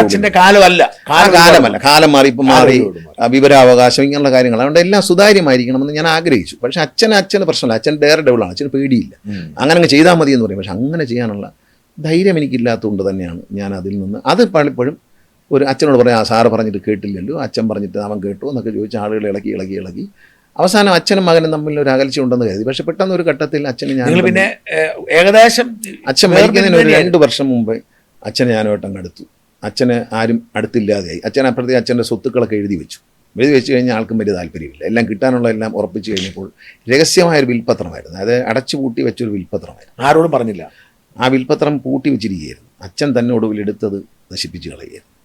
ഞങ്ങളാരും അറിയാതെ അച്ഛൻ തന്നെ എടുത്തു. കാരണം അച്ഛൻ അവസാനം അപ്പം അച്ഛനെല്ലാം എഴുതി പൂട്ടി വെച്ച് കഴിഞ്ഞാൽ പിന്നെ അച്ഛൻ അസുഖത്തിലേക്ക് പോയില്ല. അച്ഛൻ അസുഖമായി പോകുന്തോറും പിന്നെ എടുക്കില്ലല്ലോ തിരിച്ചെന്നുള്ള പ്രതീക്ഷയിൽ എല്ലാവരും നോക്കിയപ്പോൾ ആരുമില്ല. ഒടുവിൽ ഞാൻ മാത്രമുണ്ട്, എനിക്കൊരു പൈസയും വേണ്ട. ഞാൻ അച്ഛൻ്റെ കൂടെ 2 വർഷം താമസിച്ചു. അപ്പോഴാണ് ശരിക്കും അച്ഛൻ രാഷ്ട്രീയം, മുമ്പ് ചോദിച്ച ചോദ്യം, രാഷ്ട്രീയം ഉപദേശിക്കുന്ന അച്ഛനപ്പോഴാണ്. ഇന്ന് എന്നിൽ കാണുന്ന കുറച്ചൊരു ബഹളങ്ങളൊന്നും ഇല്ലാത്ത ഒരു രാഷ്ട്രീയക്കാരൻ എന്ന് പറയുന്നത് എൻ്റെ അച്ഛനിൽ നിന്ന് ഞാൻ പഠിച്ചതാണ്. ഈ 2 വർഷക്കാലം അദ്ദേഹം ഈ ഒരു പ്രതിസന്ധിയൊക്കെ വന്ന് എങ്ങനെ നേരിടണം അദ്ദേഹം പറയുന്നൊരു കാര്യം ഉണ്ടായിരുന്നു, ഒന്നിനെ പറ്റിയും ബഹളം വയ്ക്കേണ്ട കാര്യമില്ല. ഇപ്പോൾ അനങ്ങാതിരിക്കുക, വരുന്നിടത്ത് വെച്ച് കാണാം, വരട്ടെ. ഇപ്പം നമ്മളൊരു മാധ്യമത്തിൽ നമ്മളെപ്പറ്റി ഒരു വാർത്ത വരുന്നു, ഇത് വലിയൊരു തരംഗം ഭയങ്കര പ്രശ്നമായി മാറുന്നു, ഭയത്തിൻ്റെ കാര്യമില്ല. ഭയമില്ലാതെ ജീവിക്കാൻ അദ്ദേഹം എന്നെ ഈ 2 വർഷം വലിയ സംഭവങ്ങൾ വരുമ്പോൾ അതിനെ എങ്ങനെ ഹാൻഡിൽ ചെയ്യുന്നു എന്ന് എന്നെ കാണിച്ചു തന്നു. കാരണം ഭയമുള്ള ആളായിരുന്നില്ല. നമുക്കൊക്കെ ആനയോട് പോലും പേടിയില്ലല്ലോ. പരിചയമില്ലാത്തൊരു ആന നിൽക്കുകയാണെങ്കിൽ അച്ഛൻ അടുത്ത് കയറി ചെല്ലും. അച്ഛൻ ഭയങ്കര കോൺഫിഡൻസ്, ഇതെന്നെ ഒന്നും ചെയ്യില്ല എന്നുള്ള ധൈര്യത്തിൽ അങ്ങ് അടുത്തോട്ട് കയറി ചെല്ലുന്നത്. അങ്ങനത്തെ ധൈര്യമാണ്. അത്രയും ധൈര്യമൊന്നും നമുക്ക് പറ്റില്ല. പക്ഷേ എന്നാലും ഇതിനെയൊക്കെ എങ്ങനെ നേരിടണം. ഇപ്പം ഈ പല കാര്യങ്ങളും ഭയങ്കരമായിട്ട് ഇങ്ങനെ മീഡിയയിലൊക്കെ ഇങ്ങനെ ബൂം ചെയ്ത് വരുമ്പോൾ ഇതൊന്നും സംഭവിക്കില്ല എന്നൊരു ചിന്ത. അത് നമ്മൾ പഴയ നേതാക്കന്മാരിൽ ഇന്ന് കേരളത്തിൻ്റെ മുഖ്യമന്ത്രിക്കോ കണ്ടുവരുന്ന സാധിക്കും. അനക്കമില്ലായിരിക്കുന്നതിൻ്റെ കാര്യം എന്ന് വെച്ചാൽ ഇവർക്കറിയാം, ഇവരെ അനുഭവത്തിൻ്റെ വെളിച്ചത്തിലായിരിക്കും, ഒന്നും സംഭവിക്കാൻ പോകുന്നില്ല. നമ്മൾ പലപ്പോഴും വെപ്രാളപ്പെട്ട് അതിന് പ്രതിവിധി തേടാനൊക്കെ ശ്രമിക്കും. ഞാൻ പഠിച്ച അത്തരം കാര്യങ്ങൾ പ്രതിവിധി തേടാൻ ശ്രമിക്കേണ്ട കാര്യമില്ല, അത് അടങ്ങും, തന്നെ ആയിക്കോളും, അതങ്ങ് കെട്ടടങ്ങും എന്നാണ് അച്ഛൻ പറയുന്നത്. അപ്പം അത്തരത്തിലുള്ള കുറേ കാര്യങ്ങൾ അച്ഛനിൽ നിന്ന് ഈ അവസാന 2 വർഷം പഠിക്കാൻ പറ്റി. നിങ്ങൾ അകന്നിരുന്ന കാലത്ത് വലിയ മാനസിക സംഘർഷങ്ങൾ കാരണമായില്ലേ? എനിക്ക് ഭയങ്കര വിഷമമായിരുന്നു. പക്ഷെ അച്ഛനൊന്നുമില്ല. പക്ഷെ എന്നാലും കാണുമ്പോൾ ഞങ്ങളും വലിയ സ്നേഹവും. ആ, അച്ഛൻ ഒരു ദിവസം പോലും എന്നെ കണ്ടിട്ട് മുഖം തിരിക്കുകയോ എന്നോട് ഇറങ്ങിപ്പാൻ പറയുകയോ ഒന്നും ചെയ്തിട്ടില്ല. കാരണം കാര്യങ്ങളൊക്കെ ഇരുന്ന് സംസാരിക്കും, ഞാൻ പോയി കാണും, സംസാരിക്കും. പക്ഷെ വെളിയിൽ നോക്കുമ്പം മാധ്യമങ്ങളിലും പുറത്തൊക്കെ അവർ വലിയ വലിയ ശത്രുതയാണ് എന്ന് പറയും. പക്ഷെ എന്നോട് ഒരിക്കലും അച്ഛൻ അങ്ങനെ നീ എൻ്റെ വീട്ടിൽ കയറരുന്ന് ഇറങ്ങി പോകണമെന്ന് അങ്ങനെയൊന്നും പറഞ്ഞിട്ടില്ല. ഈ പിന്നീട് അദ്ദേഹത്തിന്റെ ഈ വിൽപത്രത്തിൽ എന്താണോ സംഭവിച്ചത്? ആദ്യത്തെ വിൽപത്രം നശിപ്പിച്ചോ? അതെങ്ങനെ? അദ്ദേഹം തന്നെ എടുത്ത് നശിപ്പിക്കുക. അത് അദ്ദേഹം തന്നെ സബ് രജിസ്ട്രാറെ വിളിച്ച്, അത് അതിൻ്റെ ഇതൊക്കെ രേഖകളുള്ള കാര്യമാണല്ലോ. അദ്ദേഹം തന്നെ സബ് രജിസ്ട്രാറെ വിളിച്ച് വരുത്തി അതിൻ്റെ ഒരു ഓതറൈസേഷൻ വേറൊരാളിന് കൊടുത്ത്, രജിസ്റ്റേർഡ് ഓതറൈസേഷൻ കൊടുത്തുകൊണ്ട് അദ്ദേഹം ഈ അടച്ചിട്ട ലോക്കറിൽ നിന്ന് സാധനം എടുത്ത് നശിപ്പിച്ച് കളയും. എന്നിട്ട് രണ്ടാമത് ഒരു വിൽപ്പത്രം. അത് സബ് രജിസ്ട്രാർക്ക് അറിയാം അതൊക്കെ സർക്കാർ റെക്കോർഡുകളാണല്ലോ. കാരണം വെച്ചാൽ സബ് രജിസ്ട്രാറെ വീട്ടിൽ വിളിച്ചു വരുത്തി, പണം കെട്ടി വീട്ടിൽ വിളിച്ചു വരുത്തി, അവിടെ ഇരുന്നുകൊണ്ട് ഇത് ഓതറൈസേഷൻ തയ്യാറാക്കി, മറ്റേ രജിസ്റ്റേർഡ് വിൽപ്പത്രം ഒരെണ്ണം ഉണ്ടായിരുന്നു, അത് ക്യാൻസൽ ചെയ്യുന്നു. ഇതെല്ലാം സർക്കാർ രേഖകളിലുള്ളതല്ലേ. എന്നിട്ട് പുതിയത് ഉണ്ടാക്കി, എന്നിട്ട് പുതിയത് എഴുതുകയായിരുന്നു. അതെപ്പോഴും എഴുതിയതാണ്, അത് മരിക്കുന്നതിന് മുമ്പ് എപ്പോഴും എഴുതിയാണ്. അത് കറക്റ്റ് എനിക്കറിയില്ല, നമ്മൾ മരിച്ചതിന് ശേഷമാണ് ഇത് കാണുന്നത്. അത് രജിസ്റ്റർ ചെയ്തില്ല. അതൊരു പബ്ലിക് ഡോക്യുമെൻ്റ് ആയിട്ട് ഒരു പ്രശ്നം വീട്ടിനകത്ത് ഉണ്ടാവേണ്ടെന്ന് വിചാരിച്ച് അച്ഛൻ രജിസ്റ്റർ ചെയ്യില്ല എന്നുള്ളേ ഉള്ളൂ. പക്ഷെ അച്ഛൻ്റെ കാര്യങ്ങളൊക്കെ നോക്കുന്ന അച്ഛൻ്റെ മാനേജറുടെ കയ്യിലുണ്ടായിരുന്നു ഈ സാധനം. അത് മരിച്ചതിന് ശേഷമാണ്. അല്ല, അത് കോടതിയിലിരിക്കുകയാണല്ലോ. കോടതി ഒരു സിവിൽ കേസായിട്ട് മുന്നോട്ട് പോവുകയാണ്. അതങ്ങനെ പോകും. ഇടക്കാലത്ത് എന്തോ ഒരു കോടതി അനുകൂലമായി വന്നില്ലേ അടുത്ത? അതെ, അത് ഞാൻ കള്ളവൊപ്പിട്ടു എന്നായിരുന്നു ഈ കേസിലെ ഒരു പ്രധാന. അത് ഫോറൻസിക് സയൻസ് പരിശോധിച്ചതിന് ശേഷം കോടതി തന്നെ പരിശോധിക്കാൻ അയച്ചു. അതിൽ കള്ളവൊപ്പല്ല, അച്ഛൻ്റെ തന്നെ ഒപ്പാണ് എന്ന്, എല്ലാ ഒപ്പുകളും അച്ഛൻ്റെതാണെന്ന് വളരെ ക്ലിയർ ആയിട്ട് ഫോറൻസിക്കിൻ്റെ റിസൾട്ട് കോടതിയിൽ കിട്ടിയിട്ടുണ്ട്. ഈ സഹോദരിക്ക് പ്രശ്നം ഉണ്ടാക്കിയ സഹോദരി ശരിക്കും ആവശ്യത്തിലധികം സ്വത്തുള്ള ആൾ തന്നെയല്ലേ? അത് സായനാൻ അറിയാമല്ലോ. ഞാനത് ചോദിക്കേണ്ടായിരുന്നല്ലോ. ഇന്ത്യക്കകത്തും പുറത്തുമായി ഒരുപാട് സ്വത്തുക്കളുള്ള ആളുകൾ. മാത്രമല്ല അച്ഛൻ കൊടുത്തിട്ടുണ്ട്, അച്ഛൻ ഒരുപാട് കൊടുത്തിട്ടുണ്ട്. അച്ഛൻ കൊടുക്കാതെ എവിടെ നിന്നാണ് വരുന്നത്? മനസ്സിലായി. ഒരു സാധാരണ IAS ഉദ്യോഗസ്ഥന് അച്ഛൻ കൊടുക്കാതെ എവിടെ നിന്നാണ് വരുന്നത്? മനസ്സിലായി. അച്ഛൻ കൊടുക്കണ്ടേ? അച്ഛൻ ഒരു വലിയ ധനികനായ വ്യക്തിയുടെ മകനായിരുന്നു. അച്ഛൻ വലിയ ധനിക കുടുംബത്തിൽ ജനിച്ച ആളാണ്. പക്ഷെ ഞാനൊരു ധനിക കുടുംബത്തിൽ, ഞാനൊരു സാധാരണക്കാരനായിട്ട് ജീവിക്കുന്നതാണ്. പത്തനാപുരത്തെ 10 സെൻറ്റ് സ്ഥലത്ത് നമ്മളെ 1000 സ്ക്വയർ ഫീറ്റോളം വരുന്നൊരു വീട്ടിനകത്ത് ജീവിച്ചാണ് എത്രയോ വർഷം. എനിക്കങ്ങനെ ഇതൊന്നുമില്ല. ഞാനങ്ങനെ ഒന്നിനോടൊരു കൊതിയുള്ള ആളല്ല. എനിക്കെന്ത് താല്പര്യം തോന്നാറില്ല. ഈ കുടുംബത്തിലെ പ്രശ്നം പരിഹരിക്കാൻ പിന്നെ ശ്രമം നടത്തിയില്ലേ? അല്ല, കോടതി പറഞ്ഞിട്ടൊരു കോംപ്രമൈസിന് ഞാനൊടുവിൽ ശരി, കോടതി പറഞ്ഞാണല്ലോ, കോടതി ചോദിച്ചു സെറ്റിൽ ചെയ്യാൻ, എന്തെങ്കിലും ഒന്ന് സെറ്റിൽ ചെയ്യാൻ പറ്റുമെന്ന് ചോദിച്ചു. അപ്പം ഞാൻ ഓഫർ വച്ചു, ശരി തീരുന്നേ തീരട്ടെ എന്ന് വിചാരിച്ചു. പക്ഷെ അതൊന്നും പോരാന്ന് പറഞ്ഞാൽ അതുകൊണ്ടാണ് തീരാതെ പോയത്. ബഹുമാനപ്പെട്ട കോടതി ആദ്യം നിർദ്ദേശിക്കും നമ്മുടെ അങ്ങനെയാണല്ലോ, ഒരു കോംപ്രമൈസ് പറ്റുമെന്ന് നോക്കുമെന്ന് പറഞ്ഞാൽ അവന് കോടതി ഒരു മീഡിയേറ്ററെ നിയമിക്കും. അദ്ദേഹത്തിൻ്റെ മുമ്പിൽ നമ്മൾ കാര്യങ്ങൾ പറയും. 2 മീഡിയേറ്ററെ കോടതി നിയമിച്ചിട്ടും ഞാൻ അങ്ങോട്ട് ശരി ഓക്കെ കുറച്ചൊക്കെ അങ്ങ് കൊടുക്കാം എന്ന്. അപ്പോൾ പറ്റില്ല എന്ന് പറഞ്ഞാൽ ഞാൻ എന്ത് ചെയ്യും? ആ സമയത്ത് എന്നെ ഫോൺ വിളിക്കുകയും ചീത്ത വിളിക്കുകയൊക്കെ ചെയ്തിരുന്നു. ഞാൻ ആ സമയത്ത് ഒരു വീഡിയോ ചെയ്തതിന് പുറത്ത് ഞാൻ സായൻ ഒറ്റ കാര്യമല്ല, ഇത്രയും വർഷത്തിനെ സായൻ എന്നെ വിമർശിച്ചിട്ടുണ്ട്. ഞാൻ എപ്പോഴെങ്കിലും സായൻ കമ്പനിക്ക് ഇറങ്ങണമെന്ന് തോന്നുന്നു. എൻ്റെ കയ്യിലുണ്ട്. നിങ്ങൾ ഞാനുമായിട്ട് എത്രയോ വർഷങ്ങൾക്കും പരിചയമുള്ള ആൾക്കാരാണ്. അല്ല, എനിക്ക് ആ കാര്യത്തിൽ വലിയ ഞാൻ നിങ്ങളെ ഒരിക്കലും വിളിച്ചിട്ടില്ലല്ലോ. വേറൊരാളെ കൊണ്ട് വിളിപ്പിച്ചിട്ടുണ്ടോ? കറക്റ്റ്. ഞാനിപ്പോൾ എൻ്റെ പ്രൈവറ്റ് സെക്രട്ടറി ആയിരിക്കുന്ന അച്ചൻകുൽ രാജ്കുമാർ താങ്കളുമായി നല്ല സുഹൃത്ത്, പിന്നെ വിളിച്ചിട്ട് ഉപദ്രവിക്കരുത് എന്ന് പറഞ്ഞു. ഷാജന് ഇഷ്ടമുള്ള കാര്യം പറയാനുള്ള സ്വാതന്ത്ര്യം ഞാൻ തന്നെ. ഇപ്പോഴും എൻ്റെ മുമ്പിൽ ഇരുന്നപ്പോൾ ഞാൻ എന്താണ് പറഞ്ഞത്? ഷാജന് ഇഷ്ടമുള്ള ചോദിച്ചു, ഞാൻ എനിക്കറിയാവുന്ന ഉത്തരം പറയാമെന്നാണ്. അതായത് ഈ സഹോദരി ഒരു പാർട്ടി ഉണ്ടാക്കുകയൊക്കെ ചെയ്തിട്ട് പിന്നെ അതെന്തായാലും അറിയാമോ? ഒക്കെ അവരെ കാര്യങ്ങളാണ്. അതൊക്കെ ഒന്ന് കേരളത്തിലുള്ള നമ്മളതൊന്നും അന്വേഷിക്കാറില്ല. കാരണം അച്ഛൻ പറഞ്ഞിട്ടൊരു കാര്യമുണ്ട്. നമ്മൾ ഈ കോട്ടയത്ത് വെള്ളപ്പൊക്കം ഉണ്ടെന്ന് വരുന്നത് അച്ഛൻ പറയുന്നൊരു വാക്കായിരുന്നു, കൊട്ടാരക്കരയിൽ നിന്ന് മുണ്ട് മടക്കി കുത്തണ്ടല്ലോ, അവിടെ ചെല്ലുമ്പോൾ നമുക്ക് എപ്പോഴും മുണ്ട് മടക്കി കുത്താം എന്ന് പറയും. പിന്നെ ഈ പറഞ്ഞ കണക്കാണ് അച്ഛനോട് പറയാണ്, സാറേ ആകാശം ഇടിഞ്ഞു വീണു എന്ന് പറയുന്നു. ആകാശം ഇടിഞ്ഞു വീഴുകയാണ് എന്ന് അച്ഛൻ്റെ കൂടെ നിൽക്കുന്ന മനോജ് എന്ന് ചോദിക്കും. സാറേ ആകാശം ഇടിഞ്ഞു വീഴുന്നു. അപ്പം എവിടെയാടാ എന്ന് ചോദിക്കും. സാറേ കോട്ടയം കാഞ്ഞിരപ്പള്ളി ഭാഗത്താണ്. ആണോ? പണ്ട് PT ചാക്കോടെ കാര്യത്തും അവിടെ ഇടിഞ്ഞു വീണിട്ടുണ്ട്. അല്ല, നമ്മൾ മാറണ്ടേ സാറേ? ഓടാ മൈലത്തെത്തുമ്പോൾ പറഞ്ഞാൽ മതി, അപ്പം മാറാന്ന് പറയും. അത് കൊട്ടാരക്കരയ്ക്ക് അടുത്ത് മൈലത്തെത്തുമ്പോൾ പറഞ്ഞാൽ മതി, അപ്പം മാറാം. ഇതാണ് അച്ഛൻ്റെ ആറ്റിറ്റ്യൂഡ്. ഈ ആറ്റിറ്റ്യൂഡ് നമ്മൾ എടുത്താൽ മതി. ഈ പലപ്പോഴും ശ്രദ്ധിച്ചിട്ടുണ്ടോ, നമ്മളെ പേരിൽ വരുന്ന ഒരു ആരോപണമോ ഒരു കഴമ്പില്ലാത്തൊരു കാര്യമോ മറയ്ക്കാൻ ശ്രമിച്ചിട്ടാണ് കൂടുതൽ അബദ്ധത്തിൽ പോയി വീഴുന്നത്. കറക്റ്റാ. അതാണ് ഈ അച്ഛൻ പറഞ്ഞ ഫോർമുല. ചുമ്മാ ഇരിക്കാമെങ്കിൽ അതങ്ങ് പോകും. അത് മറയ്ക്കാൻ ശ്രമിച്ച് കൂടുതൽ വർഷങ്ങളാവണ്ട. ഞാൻ ഏത് കാര്യം ഇപ്പോൾ സാധനം പറഞ്ഞാൽ ഏത് കാര്യമാണ് ഞാൻ പബ്ലിക്കായിട്ട് ഇപ്പോൾ ഗൾഫ് രാജ്യങ്ങളിലൊക്കെ പോയിട്ട് പ്രസംഗിക്കാൻ ചെല്ലുമ്പോൾ സാധാരണ നമ്മൾ പ്രസംഗിച്ചിട്ട് പോരലാണ്. ഒരു ചെറിയ സദസ്സൊക്കെ ആണെങ്കിൽ ഞാൻ അവരോട് പറയും, സിനിമ, രാഷ്ട്രീയം, വ്യക്തിപരം ഏത് ചോദ്യമാണോ നിങ്ങൾക്ക് ചോദിക്കുക, ഞാൻ എനിക്കറിയാവുന്ന ഉത്തരം പറയാൻ. പിന്നെ റോക്കറ്റ് എങ്ങനെ ഉണ്ടാക്കുമെന്ന് ചോദിക്കരുത്. അത് ബഹുമാനായ APJ അബ്ദുൽ കലാമിനെ പോലെ മഹാന്മാർക്കേ പറയാൻ പറ്റൂ, എനിക്ക് പറ്റത്തില്ല. അപ്പോൾ എനിക്കറിയാവുന്ന കാര്യം ചോദിച്ചാൽ ഞാൻ പറയാം. എനിക്ക് ഒളിക്കേണ്ട കാര്യമൊന്നുമില്ല, ഞാനൊന്നും ഒളിക്കുന്ന ആളല്ലല്ലോ. ഞാൻ ഈ ഒളിച്ചിട്ട് ഒരു വല്ലാത്തൊരു ഭയങ്കരമായൊരു മാന്യൻ്റെ ഇമേജ് സൃഷ്ടിച്ച് തിരഞ്ഞെടുപ്പ് ജയിച്ച ആളല്ല. ആദ്യത്തെ ഇലക്ഷനിൽ എന്നെപ്പറ്റി പറയാൻ പക്ഷമൊന്നും ബാക്കിയില്ല. സിനിമാക്കാരനോടായിരുന്നുണ്ട് എന്നിട്ടും ഞാൻ ജയിച്ചില്ല 16 വോട്ടിന്. അപ്പോൾ അതൊന്നും സത്യത്തിനൊരു വിജയമാണ്. ഞാൻ ദൈവത്തിൽ വിശ്വസിക്കുന്ന ആളാണ്. എന്നെ കാണുന്ന, എൻ്റെ പ്രവൃത്തി കാണുന്ന ഒരാൾ എൻ്റെ തലയ്ക്ക് മേളിലുണ്ടെന്ന് വിശ്വസിക്കുന്ന ആളാണ്. അത് ഉറച്ച് വിശ്വസിക്കുന്ന ആളാണ് ഞാൻ. ദൈവത്തിലെ മതത്തിലല്ല വിശ്വസിക്കുന്നത്, ദൈവത്തിലാണ് വിശ്വസിക്കുന്നത്. ദൈവം ഒരു സത്യമാണെന്ന് ഞാൻ വിശ്വസിക്കുന്നുണ്ട്.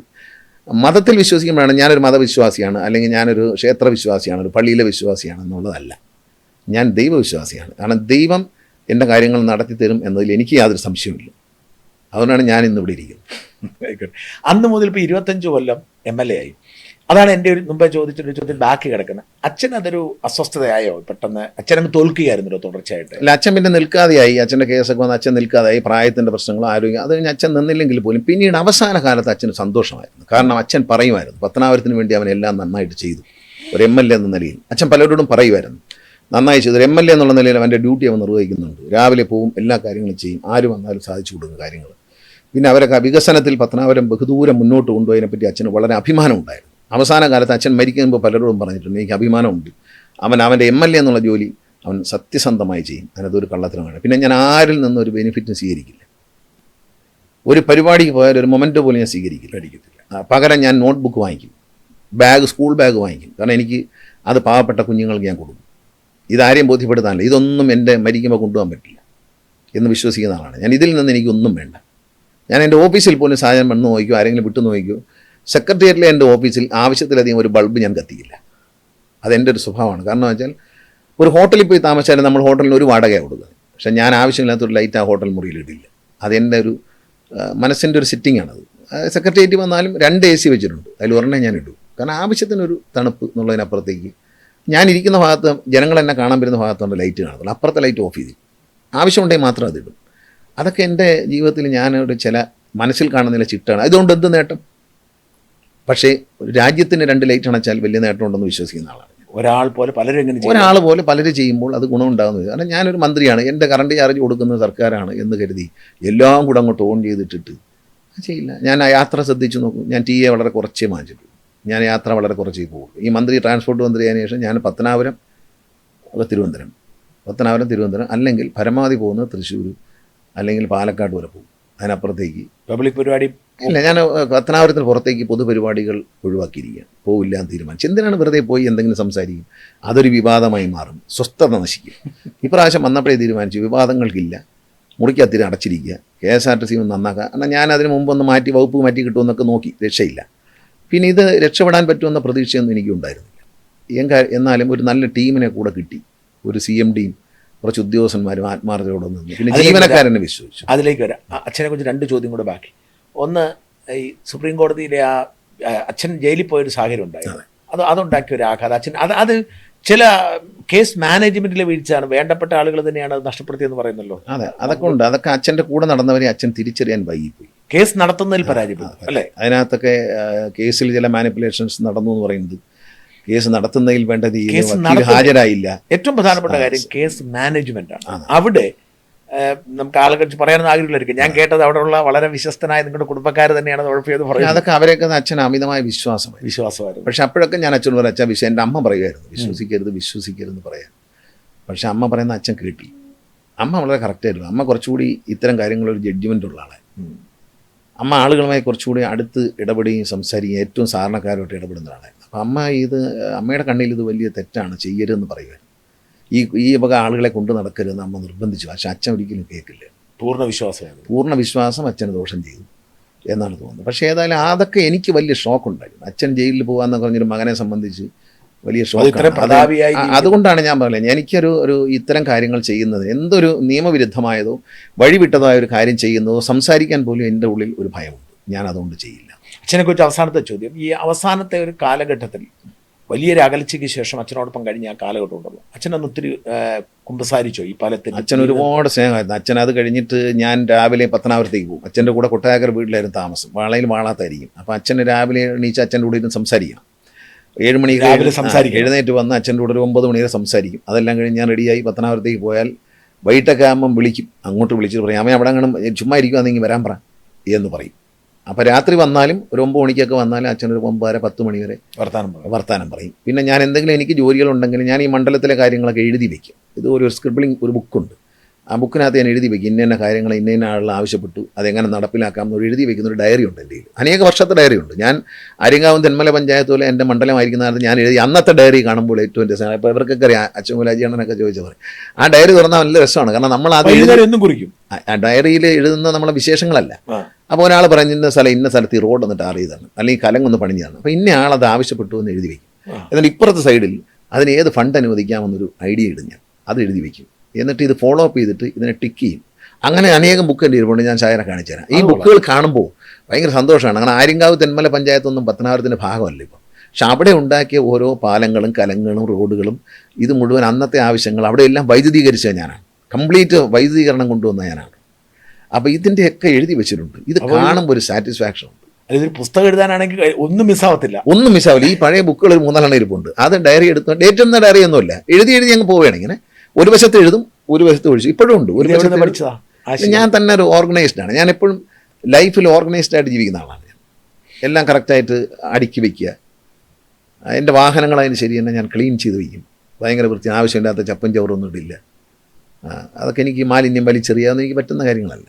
ഞാൻ അങ്ങനെ ഒരു എൻ്റെ ഉള്ളിൽ കിടക്കുന്നൊരു രീതിയാണ്. അച്ഛൻ്റെ ഏറ്റവും വലിയ തിരിച്ചറിവ് എന്നായിരുന്നു അവസാനം? ഞാൻ കണക്കെഴുതും. അതറിയാം, ഞാനിപ്പോൾ ഒരു സ്ഥലത്ത് പോയി ഒരു ഹോട്ടലിൽ നിന്ന് ആഹാരം കഴിച്ചു, 250 രൂപയായി അല്ലെങ്കിൽ 50 രൂപയ്ക്ക് ചായ കുടിച്ചു, 50 രൂപ അല്ലെങ്കിൽ 25 രൂപയായി.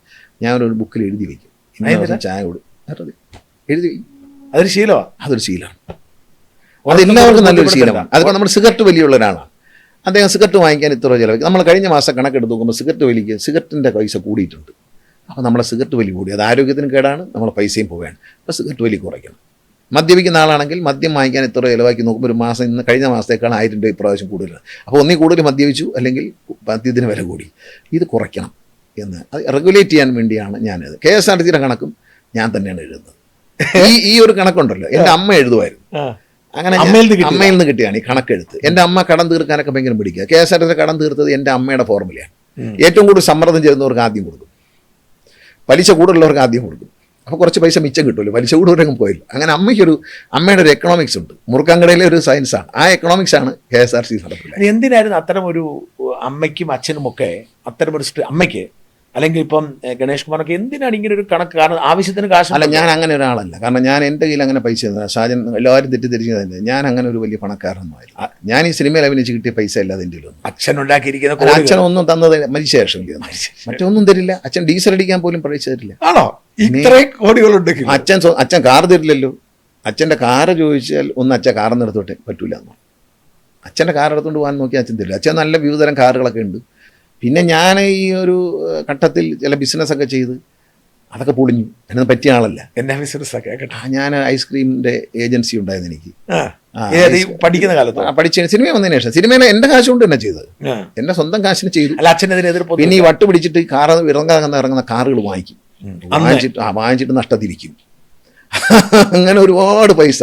ഞാനിപ്പോഴാണെങ്കിൽ മദ്രാസിലൊക്കെ 5 സെൻറ്റ് സ്ഥലം ഒരു ഗ്രൗണ്ട് എന്ന് പറയുന്നത് 25,000 രൂപ കിട്ടുമായിരുന്നു അന്ന്. ഞാൻ ഈ കാറ് വാങ്ങിച്ചു കൊടുത്ത കാശിന് ഒരു 10 പ്ലോട്ട് അവിടെ ഒരു സിനിമ അഭിനയിച്ചാൽ 25,000 രൂപയ്ക്ക് മേളിൽ കിട്ടും. 25,000 രൂപ ഏറ്റവും മിനിമം കിട്ടിക്കൊണ്ടിരുന്നത് അന്നത്തെ കാലത്ത്. ആ 25,000 രൂപയ്ക്ക് അവിടെ നിന്ന് പോരുന്നതിന് മുമ്പ് ആ ഒരു സ്ഥലം അവിടെ വാങ്ങിച്ചിട്ട് വന്നിരുന്നെങ്കിൽ ഇന്ന് ആരായിരുന്നേന്? എന്തായിരിക്കും? ഒരു പ്ലോട്ടിന് അന്ന് 25,000 രൂപ കിട്ടും മദ്രാസിലൊക്കെ. അല്ല, ഞാൻ പറഞ്ഞ ഇപ്പോൾ ഈ MC റോഡിന്റെ സൈഡിൽ തന്നെ ഉണ്ടല്ലോ എത്രയോ ഏക്കർ റബ്ബർ തോട്ടമൊക്കെ, അങ്ങനെ ഒരുപാട് സ്വത്തുക്കൾ. അതൊന്നും നമുക്കല്ല, അതൊക്കെ ഈ ഒന്നും കിട്ടിയില്ല എന്ന് പറയുന്നവർക്കാണ്. നമുക്കൊന്നുമില്ല. എനിക്ക് കിട്ടിയതിൻ്റെ കണക്ക് കണ്ടാൽ ഞെട്ടിപ്പോവും. വയലാണ്. ആണോ? കൃഷി വയലാണ് കൂടുതലും. പിന്നെ റബ്ബറൊക്കെ എനിക്കില്ല. യഥാർത്ഥത്തിൽ അങ്ങ് ഈ സിനിമ വരാൻ ഒരു പശ്ചാത്തലമില്ലല്ലോ. പിന്നെ എങ്ങനെയാണ് ഈ ഇരകളിൽ നായകനായി എത്തുന്നത്? എങ്ങനെ ആ പശ്ചാത്തലം എങ്ങനെ? അതും വളരെ അവിചാരിതമായിട്ടാണ്. ഈ ഇരകൾ എന്ന സിനിമ ആദ്യം മറ്റൊരു വ്യക്തി പ്രൊഡ്യൂസ് ചെയ്തിട്ട് ഷൂട്ടിങ്ങിന് വേണ്ടി മുണ്ടക്കയത്ത് പോയതാണ്. ഇതൊക്കെ ദൈവത്തിൻ്റെ വിധി എന്ന് പറയുന്നതാണ്. വേറെ നടനും വേറെ നായികയൊക്കെ ആയിരുന്നു.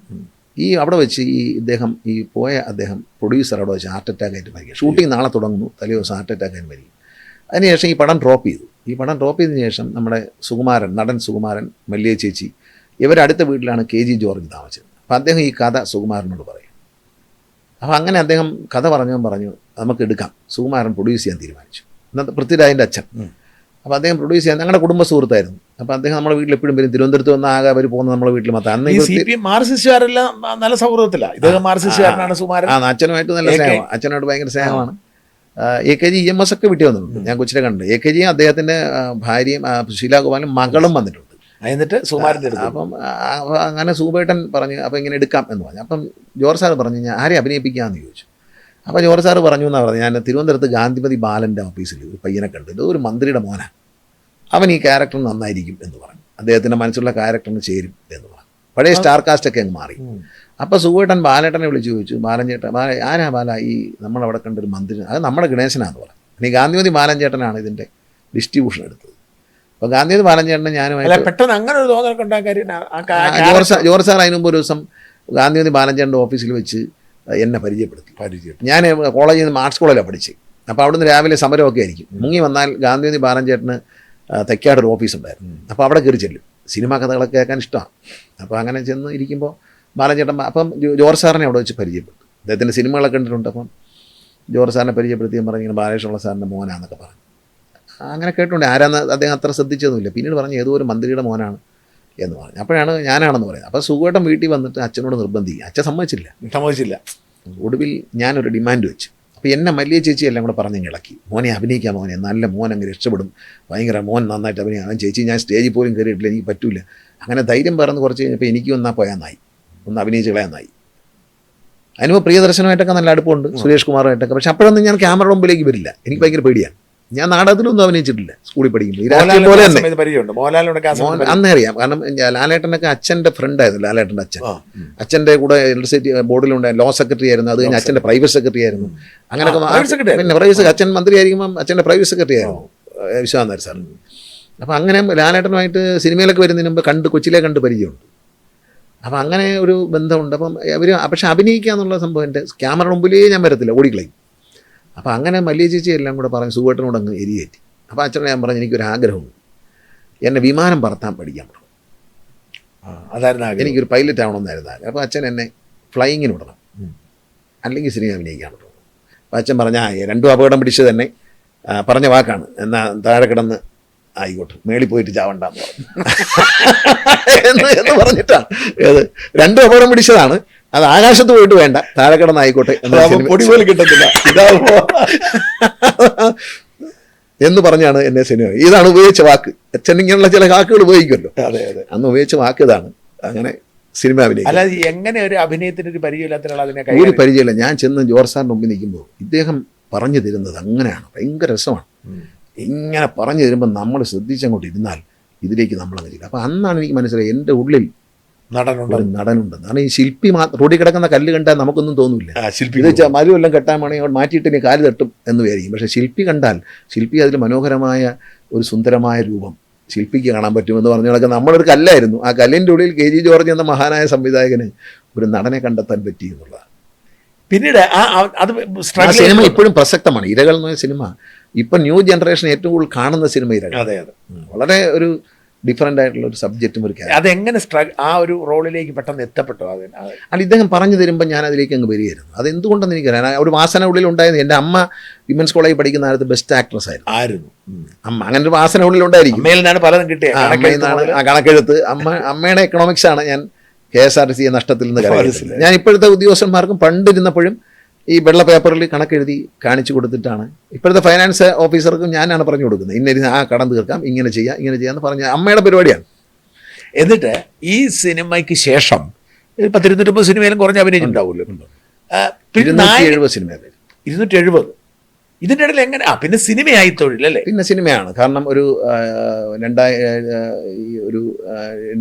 ഇലക്ഷൻ നിൽക്കുന്ന 2001 വരെയും സിനിമയായിരുന്നു. ഒരുപാട് സീരിയലും അഭിനയിച്ചിട്ടുണ്ടെങ്കിൽ.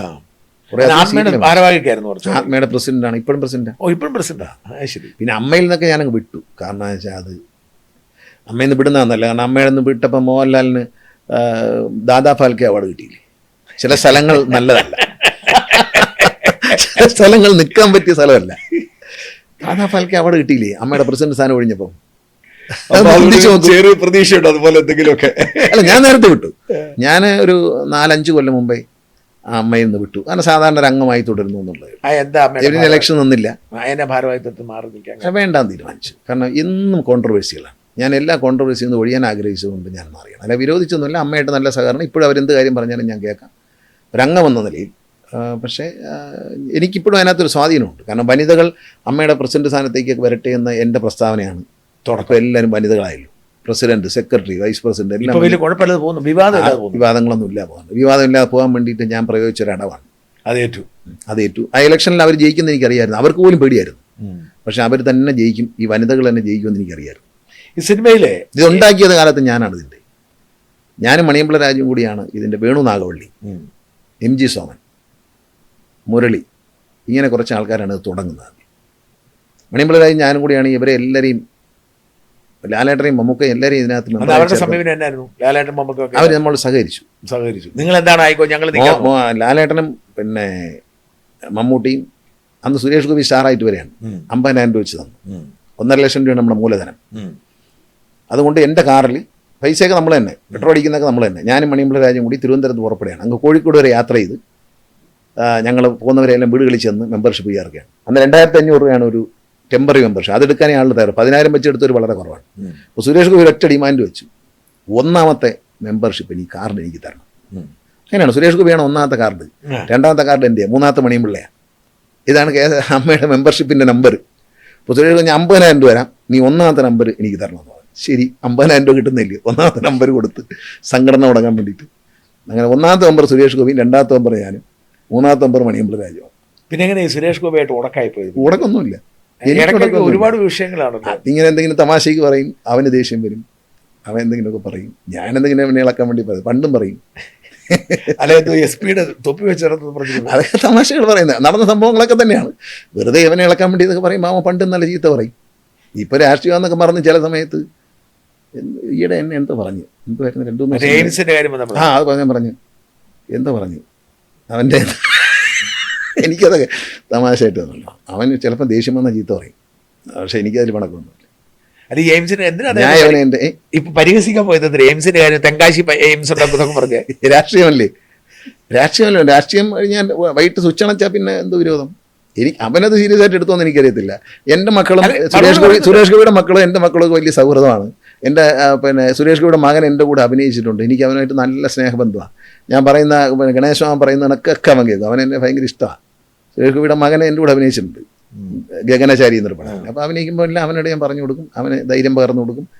അവൻ എൻ്റെ കൂടെ അഭിനയിക്കാൻ ഭയങ്കര കംഫർട്ടബിളാണ്. അവന് ഗണേഷ് മാമൻ എന്ന് പറഞ്ഞാൽ ഭയങ്കര ഇഷ്ടമാണ്. കുറേ ഉടക്കുണ്ടായില്ലേ ഈ ദിവസങ്ങളിൽ പല പല വിഷയങ്ങളിൽ? തമാശകൾ കാണുമ്പോൾ എന്തെങ്കിലും പറയാതിരിക്കുന്ന എങ്ങനെ? ഈ പപ്പടം എടുത്തിട്ട് അതിൻ്റെ ഒരു ഭാഗം മുറിച്ച് കളയുന്ന കാണുമ്പോൾ ചിരിക്കുകയല്ല എന്താ ചെയ്യുന്നത്? ഒരാൾ തൊട്ടതുകൊണ്ട് കയ്യിൽ സാനിറ്റൈസർ അടിക്കുക, ഇതൊക്കെ ഈ പാവപ്പെട്ട മനുഷ്യനെ തൊടാനുണ്ട് ഈ കൈകളൊക്കെ. പിന്നെ ഈ കയ്യിൽ പിടിച്ച ഐശ്വര്യം പോകുന്ന അന്ധവിശ്വാസങ്ങളുണ്ട്. പുള്ളിക്കൊണ്ട് ഷേക്കാൻ്റെ കൊടുത്താലേ എൻ്റെ ഐശ്വര്യം അങ്ങോട്ട് വന്ന്, എന്നാൽ പിന്നെ അവിടെ നിന്ന് ഷാജൻ ഐശ്വര്യം കൂടുതലുണ്ടെങ്കിൽ അത് ഇങ്ങോട്ട് കയറാൻ ഒരു സാധ്യതയുണ്ടല്ലോ. അതുകൂടെ നോക്കണ്ടേ നമ്മൾ? ഞാൻ അങ്ങനെ ഒന്നുമില്ല, എല്ലാവർക്കും കൈ കൊടുക്കും, എല്ലാവരെയും കെട്ടി സ്നേഹത്തോടെ കൈകാര്യം ചെയ്യും. അന്ധവിശ്വാസത്തിൽ ഉണ്ടെന്ന് തോന്നുന്നു. പിന്നെ എനിക്ക് അന്ധവിശ്വാസമില്ല, വിശ്വാസമുണ്ട്, ദൈവത്തിൽ വിശ്വാസമുണ്ട്.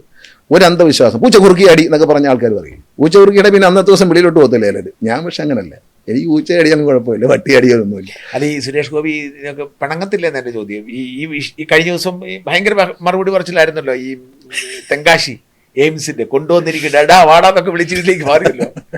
ഇത് സംഭാഷണം പിന്നീട് കഴിഞ്ഞാൽ അല്ല, എന്നോട് സംഭാഷണമൊന്നുമില്ല. എന്നെ കണ്ട ഒരു കല്യാണ സ്ഥലത്ത് കഴിഞ്ഞപ്പോൾ അങ്ങോട്ട് തിരിഞ്ഞ് നിൽക്കുന്നുണ്ട്. പിന്നെ ഞാൻ പോയി തോണ്ടി വിളിക്കേണ്ടെന്ന് വിചാരിച്ചു. കാരണം പോടാന്നെങ്ങാനും പറഞ്ഞ ആൾക്കാരിക്കുമ്പോൾ മോശമല്ലേ. പഴയ പിണക്കം മൂടാ. പിന്നെ പഴയ നമ്മളെ സുഹൃത്തല്ലേ, ഇടപെടാ ടേംസ് അല്ലേ നമ്മളപ്പോൾ. അങ്ങനെ ചെന്ന് പുറകെ ചെന്ന് തട്ടി വിളിക്കുമ്പോൾ പോടാന്നങ്ങനെ ചീത്ത പറഞ്ഞ ആൾക്കാരിക്കില്ലേ. മന്ത്രിയെ ചീത്ത വിളിച്ചെന്ന് നാളെ പേപ്പർ വരും, നിങ്ങൾ തന്നെ പറയും. അതുകൊണ്ട് ഓടിച്ചെന്ന് പറയും, സീനുണ്ടാക്കി കണ്ടം വഴി ഓടിച്ചെന്ന് പറയും, കണ്ടം വഴി ഓടിച്ചെന്ന് പറയും. അതുകൊണ്ട് സീനുണ്ടാക്കണമെന്ന് വെച്ചാൽ അല്ല. പക്ഷെ പിണക്കം ഉള്ളിലില്ല. എനിക്ക് പിണക്കൊന്നും ഞാൻ ആരോടും ഇല്ല ഷാജ പിണക്കം. അല്ല, സുരേഷ് ഗോപിക്കും കാണത്തില്ലേ? അവനുണ്ടോന്ന് എനിക്കറിഞ്ഞില്ല. എനിക്ക് പിണക്കൊന്നുമില്ല. ഞാൻ ഇതൊരു തമാശയായിട്ട്, ഈ തൊപ്പി മാത്രമല്ല ഒരു യൂണിഫോമും ഉണ്ടായിരുന്നു വണ്ടിയുടെ സൈഡിൽ. ഡ്രസ്സും പാൻറ്റും എല്ലാം അങ്ങനെ വണ്ടിയുടെ ഹൂക്കിലിങ്ങനെ തൂക്കിയിട്ടുണ്ട്, ഡോറിന്റെ സൈഡിൽ തൂക്കി. പോലീസാന്ന് തോന്നണം. പോലീസാന്ന് പറഞ്ഞ ആളുകൾ പേടിച്ചാലോ, പേടിപ്പിക്കാൻ. പണ്ട് പോലീസ് സ്റ്റേഷൻ ഇട്ട് എറണാകുളത്ത് പോയി ഒരു സ്റ്റേജിൽ കയറിയിട്ട് വലിയ വിവാദം ഉണ്ടായില്ലേ, അന്ന് കേസൊക്കെ ആയില്ലേ. ഇതൊക്കെ ഇതൊക്കെ ഒരു തമാശയായിട്ട് കണ്ടാൽ ഞാൻ രഞ്ജി പണിക്കരും ഷാജി കൈലാസമായിട്ട് സംസാരിക്കാറ്. ഞങ്ങൾ പഴയ സുഹൃത്തുക്കളാണ്. സുരേഷ് ഗോപി കമ്മീഷൻ ഞങ്ങൾ ഒരുപാട് പടങ്ങൾ ഞങ്ങൾക്ക് ഇതൊരു തമാശയായിട്ട് തോന്നാറില്ല. കഴിഞ്ഞ ദിവസം ഞാൻ രഞ്ജി പണിക്കരുമായിട്ട് കുറേ നേരം സംസാരിച്ചു. അവർക്കല്ലേ ഇങ്ങനെ ഈ പുള്ളിയുടെ ഈ തമാശയായിട്ടാണ് നമുക്കറിയാം ഇത്ര നാട്ടുകാരിപ്പോഴാണ് കാണുന്നേ ഉള്ളൂ. ഞങ്ങൾ പണ്ടേ കണ്ടിട്ടുണ്ട് ഇതൊക്കെ. അതുകൊണ്ട് നമുക്കൊരു ബുദ്ധമയില്ല. അതുകൊണ്ടാണ് ഈ കളിയാക്കുന്നത്. കളിയാക്കിയാൽ ദേഷ്യം വരുമെന്നറിയാം. അതിനെനിക്ക് പറയുന്നേ. കളിയാക്കി കഴിഞ്ഞാൽ ഓമനം നീ പോടാന്നൊക്കെ പറയും. അവനാരോ പറയാനൊക്കെ ചോദിച്ചു. അപ്പോൾ ഈ കേന്ദ്രമന്ത്രിയാന്നൊക്കെ അങ്ങ് മറന്നു പോകും. അപ്പോൾ അതിനെല്ലാം ഇളക്കുന്നേ. അല്ലാതെ വിരോധം വല്ലതും ഉണ്ടായിട്ടാണ്. ചുമ്മാ ഒന്ന് ഇളക്കിടയ്ക്ക് ഇളക്കി വിടും. അവനെ കാണിച്ചു കൊടുക്കുന്നൊക്കെ പറഞ്ഞിട്ട് പുള്ളിക്കാരി കുത്തും. എന്തോ ഒരു വാക്ക് ഉപയോഗിച്ചിടെ. എനിക്കത് രസമായിട്ട് തോന്നി. പുള്ളിക്കാരി കൊത്തും. അതിന് വേണ്ടിയല്ലേ പറയുന്നത്. അല്ലാതെ എന്ത് വിരോധം? പക്ഷെ പുള്ളിയെക്കുറിച്ച് ഒരുപാട് ഈ മറ്റുള്ളവരെ സഹായിക്കുന്ന കാര്യത്തൊക്കെ മിടുക്കനാന്നാണല്ലോ ആളുകൾ പറയുന്നത്. വലിയ അതൊന്നും കുഴപ്പമില്ല. അതൊക്കെ നല്ലതല്ലേ. അല്ല എല്ലാവരും സഹായിക്കണം. അതല്ല അല്ല അങ്ങനെയാണോ ബേസിക്കലി പുള്ളി ഒരു അതിപ്പം തുടങ്ങിയതാ. പണ്ടൊന്നും ആരും സഹായിക്കത്തില്ല. ചായ പോലും വാങ്ങിച്ചു തരത്തില്ല. ചായ പോലും മേടിച്ചു നല്ല കാര്യം. നമ്മൾ വാങ്ങിച്ചു വയ്ക്കാൻ അയാൾ എടുത്ത് കുടിക്കും. നമ്മൾ ഹോട്ടലിൽ കൂടി ഓർഡർ ചെയ്താലേ വേണോ നിനക്ക് ചായ വേണമെന്ന് ചോദിച്ചാൽ കാശ്മീർ പോയപ്പോൾ ഒരു തമാശയുണ്ട്. എനിക്കും മണിയമ്പിള്ള രാജ്യം വിശന്നിട്ട് പോയി ആഹാരം കണ്ട് മണിയമ്പിള്ളയ്ക്കാണെങ്കിൽ വിശപ്പ് വന്നു കഴിഞ്ഞാൽ ഭ്രാന്ത് പിടിക്കും. അങ്ങനെ ഒരു വിദൂര സ്ഥലത്താണ് ഷൂട്ടിങ്. ഒരു 3.5 മണിക്കൂർ യാത്രയുണ്ട്. അപ്പോൾ ഒരു കടയിൽ കയറിയപ്പോൾ അവിടെ ഈ പഴംപൊരി മാതിരി ഇരിക്കുന്ന 3 സാധനമുണ്ട്. അപ്പോൾ വിജയരാഘവനുണ്ട്, ഞാനുണ്ട്, മണിയമ്പിള്ള. അപ്പോൾ ഞാൻ സുരേഷ് ഗോപി ഞങ്ങൾ ചോദിച്ചു നിങ്ങൾക്ക് വേണമെന്ന് ചോദിച്ചു. ഓർഡർ ചെയ്യുന്നതിന് മുമ്പ് 3 ആ കടയിൽ ബാക്കിയുണ്ട്. അത് കൊണ്ടുവച്ചു. വിജയരാഘവനുണ്ട്, ഞാനുണ്ട്, മണിയമ്പിള്ളയുണ്ട്. സുരേഷ് എനിക്കങ്ങ് വേണ്ട എന്നൊക്കെ പറഞ്ഞ് ഞങ്ങൾ പോയി. പെട്ടെന്ന് ഇത് കൊണ്ടുവച്ചപ്പോൾ കൊതി തോന്നി. ഇത് തന്നെടുത്തങ്ങ് തിന്ന്. എല്ലാം കൂടെ ഞങ്ങൾ രണ്ടെണ്ണേ ഉള്ളൂ. 3 2 ഉള്ളൂ. ഞങ്ങൾ നോക്കിയിരിക്കുക 3 പേരോട് ഓർഡർ ചെയ്തവർ നോക്കി. ഇതൊക്കെ ഇതിപ്പോ കേട്ടാ ഇനി എന്ത് പറയുമെന്ന് ഷാജിന്റെ അടുത്ത് ഞാൻ ഇങ്ങനെ പറഞ്ഞ് ഇത് കളിയാക്കാൻ പറഞ്ഞതല്ല, ഇത് നടന്ന സംഭവമാണ്. അപ്പം പുള്ളിയായിട്ടാണ് നിനക്ക് ചായ വല്ലതും വേണമെന്ന് ചോദിക്കത്തുമില്ല. ചായ എടുത്ത് കുടിച്ചു. വേണ്ടാന്ന് പറഞ്ഞ ആളാണ്. കട അടയ്ക്കാൻ പോവാണ് കാശ്മീരിൽ. കാരണം ഞങ്ങൾ ചീത്തം പറഞ്ഞിട്ട് 3 പേര് എണീറ്റ് പോയി. വിജയരാഘവനുണ്ട്, ഞാനുണ്ട്, മണിയമ്പിള്ളയുണ്ട്. പഴയ സിനിമ ഞങ്ങൾ വിശന്നിട്ട് ഉപ്പാട് വന്നൊരു സ്ഥലത്ത് ഇറങ്ങിയതാണ്. ചായ വേണ്ടെന്ന് പറയും, എത്ത് കുടിച്ചളയും.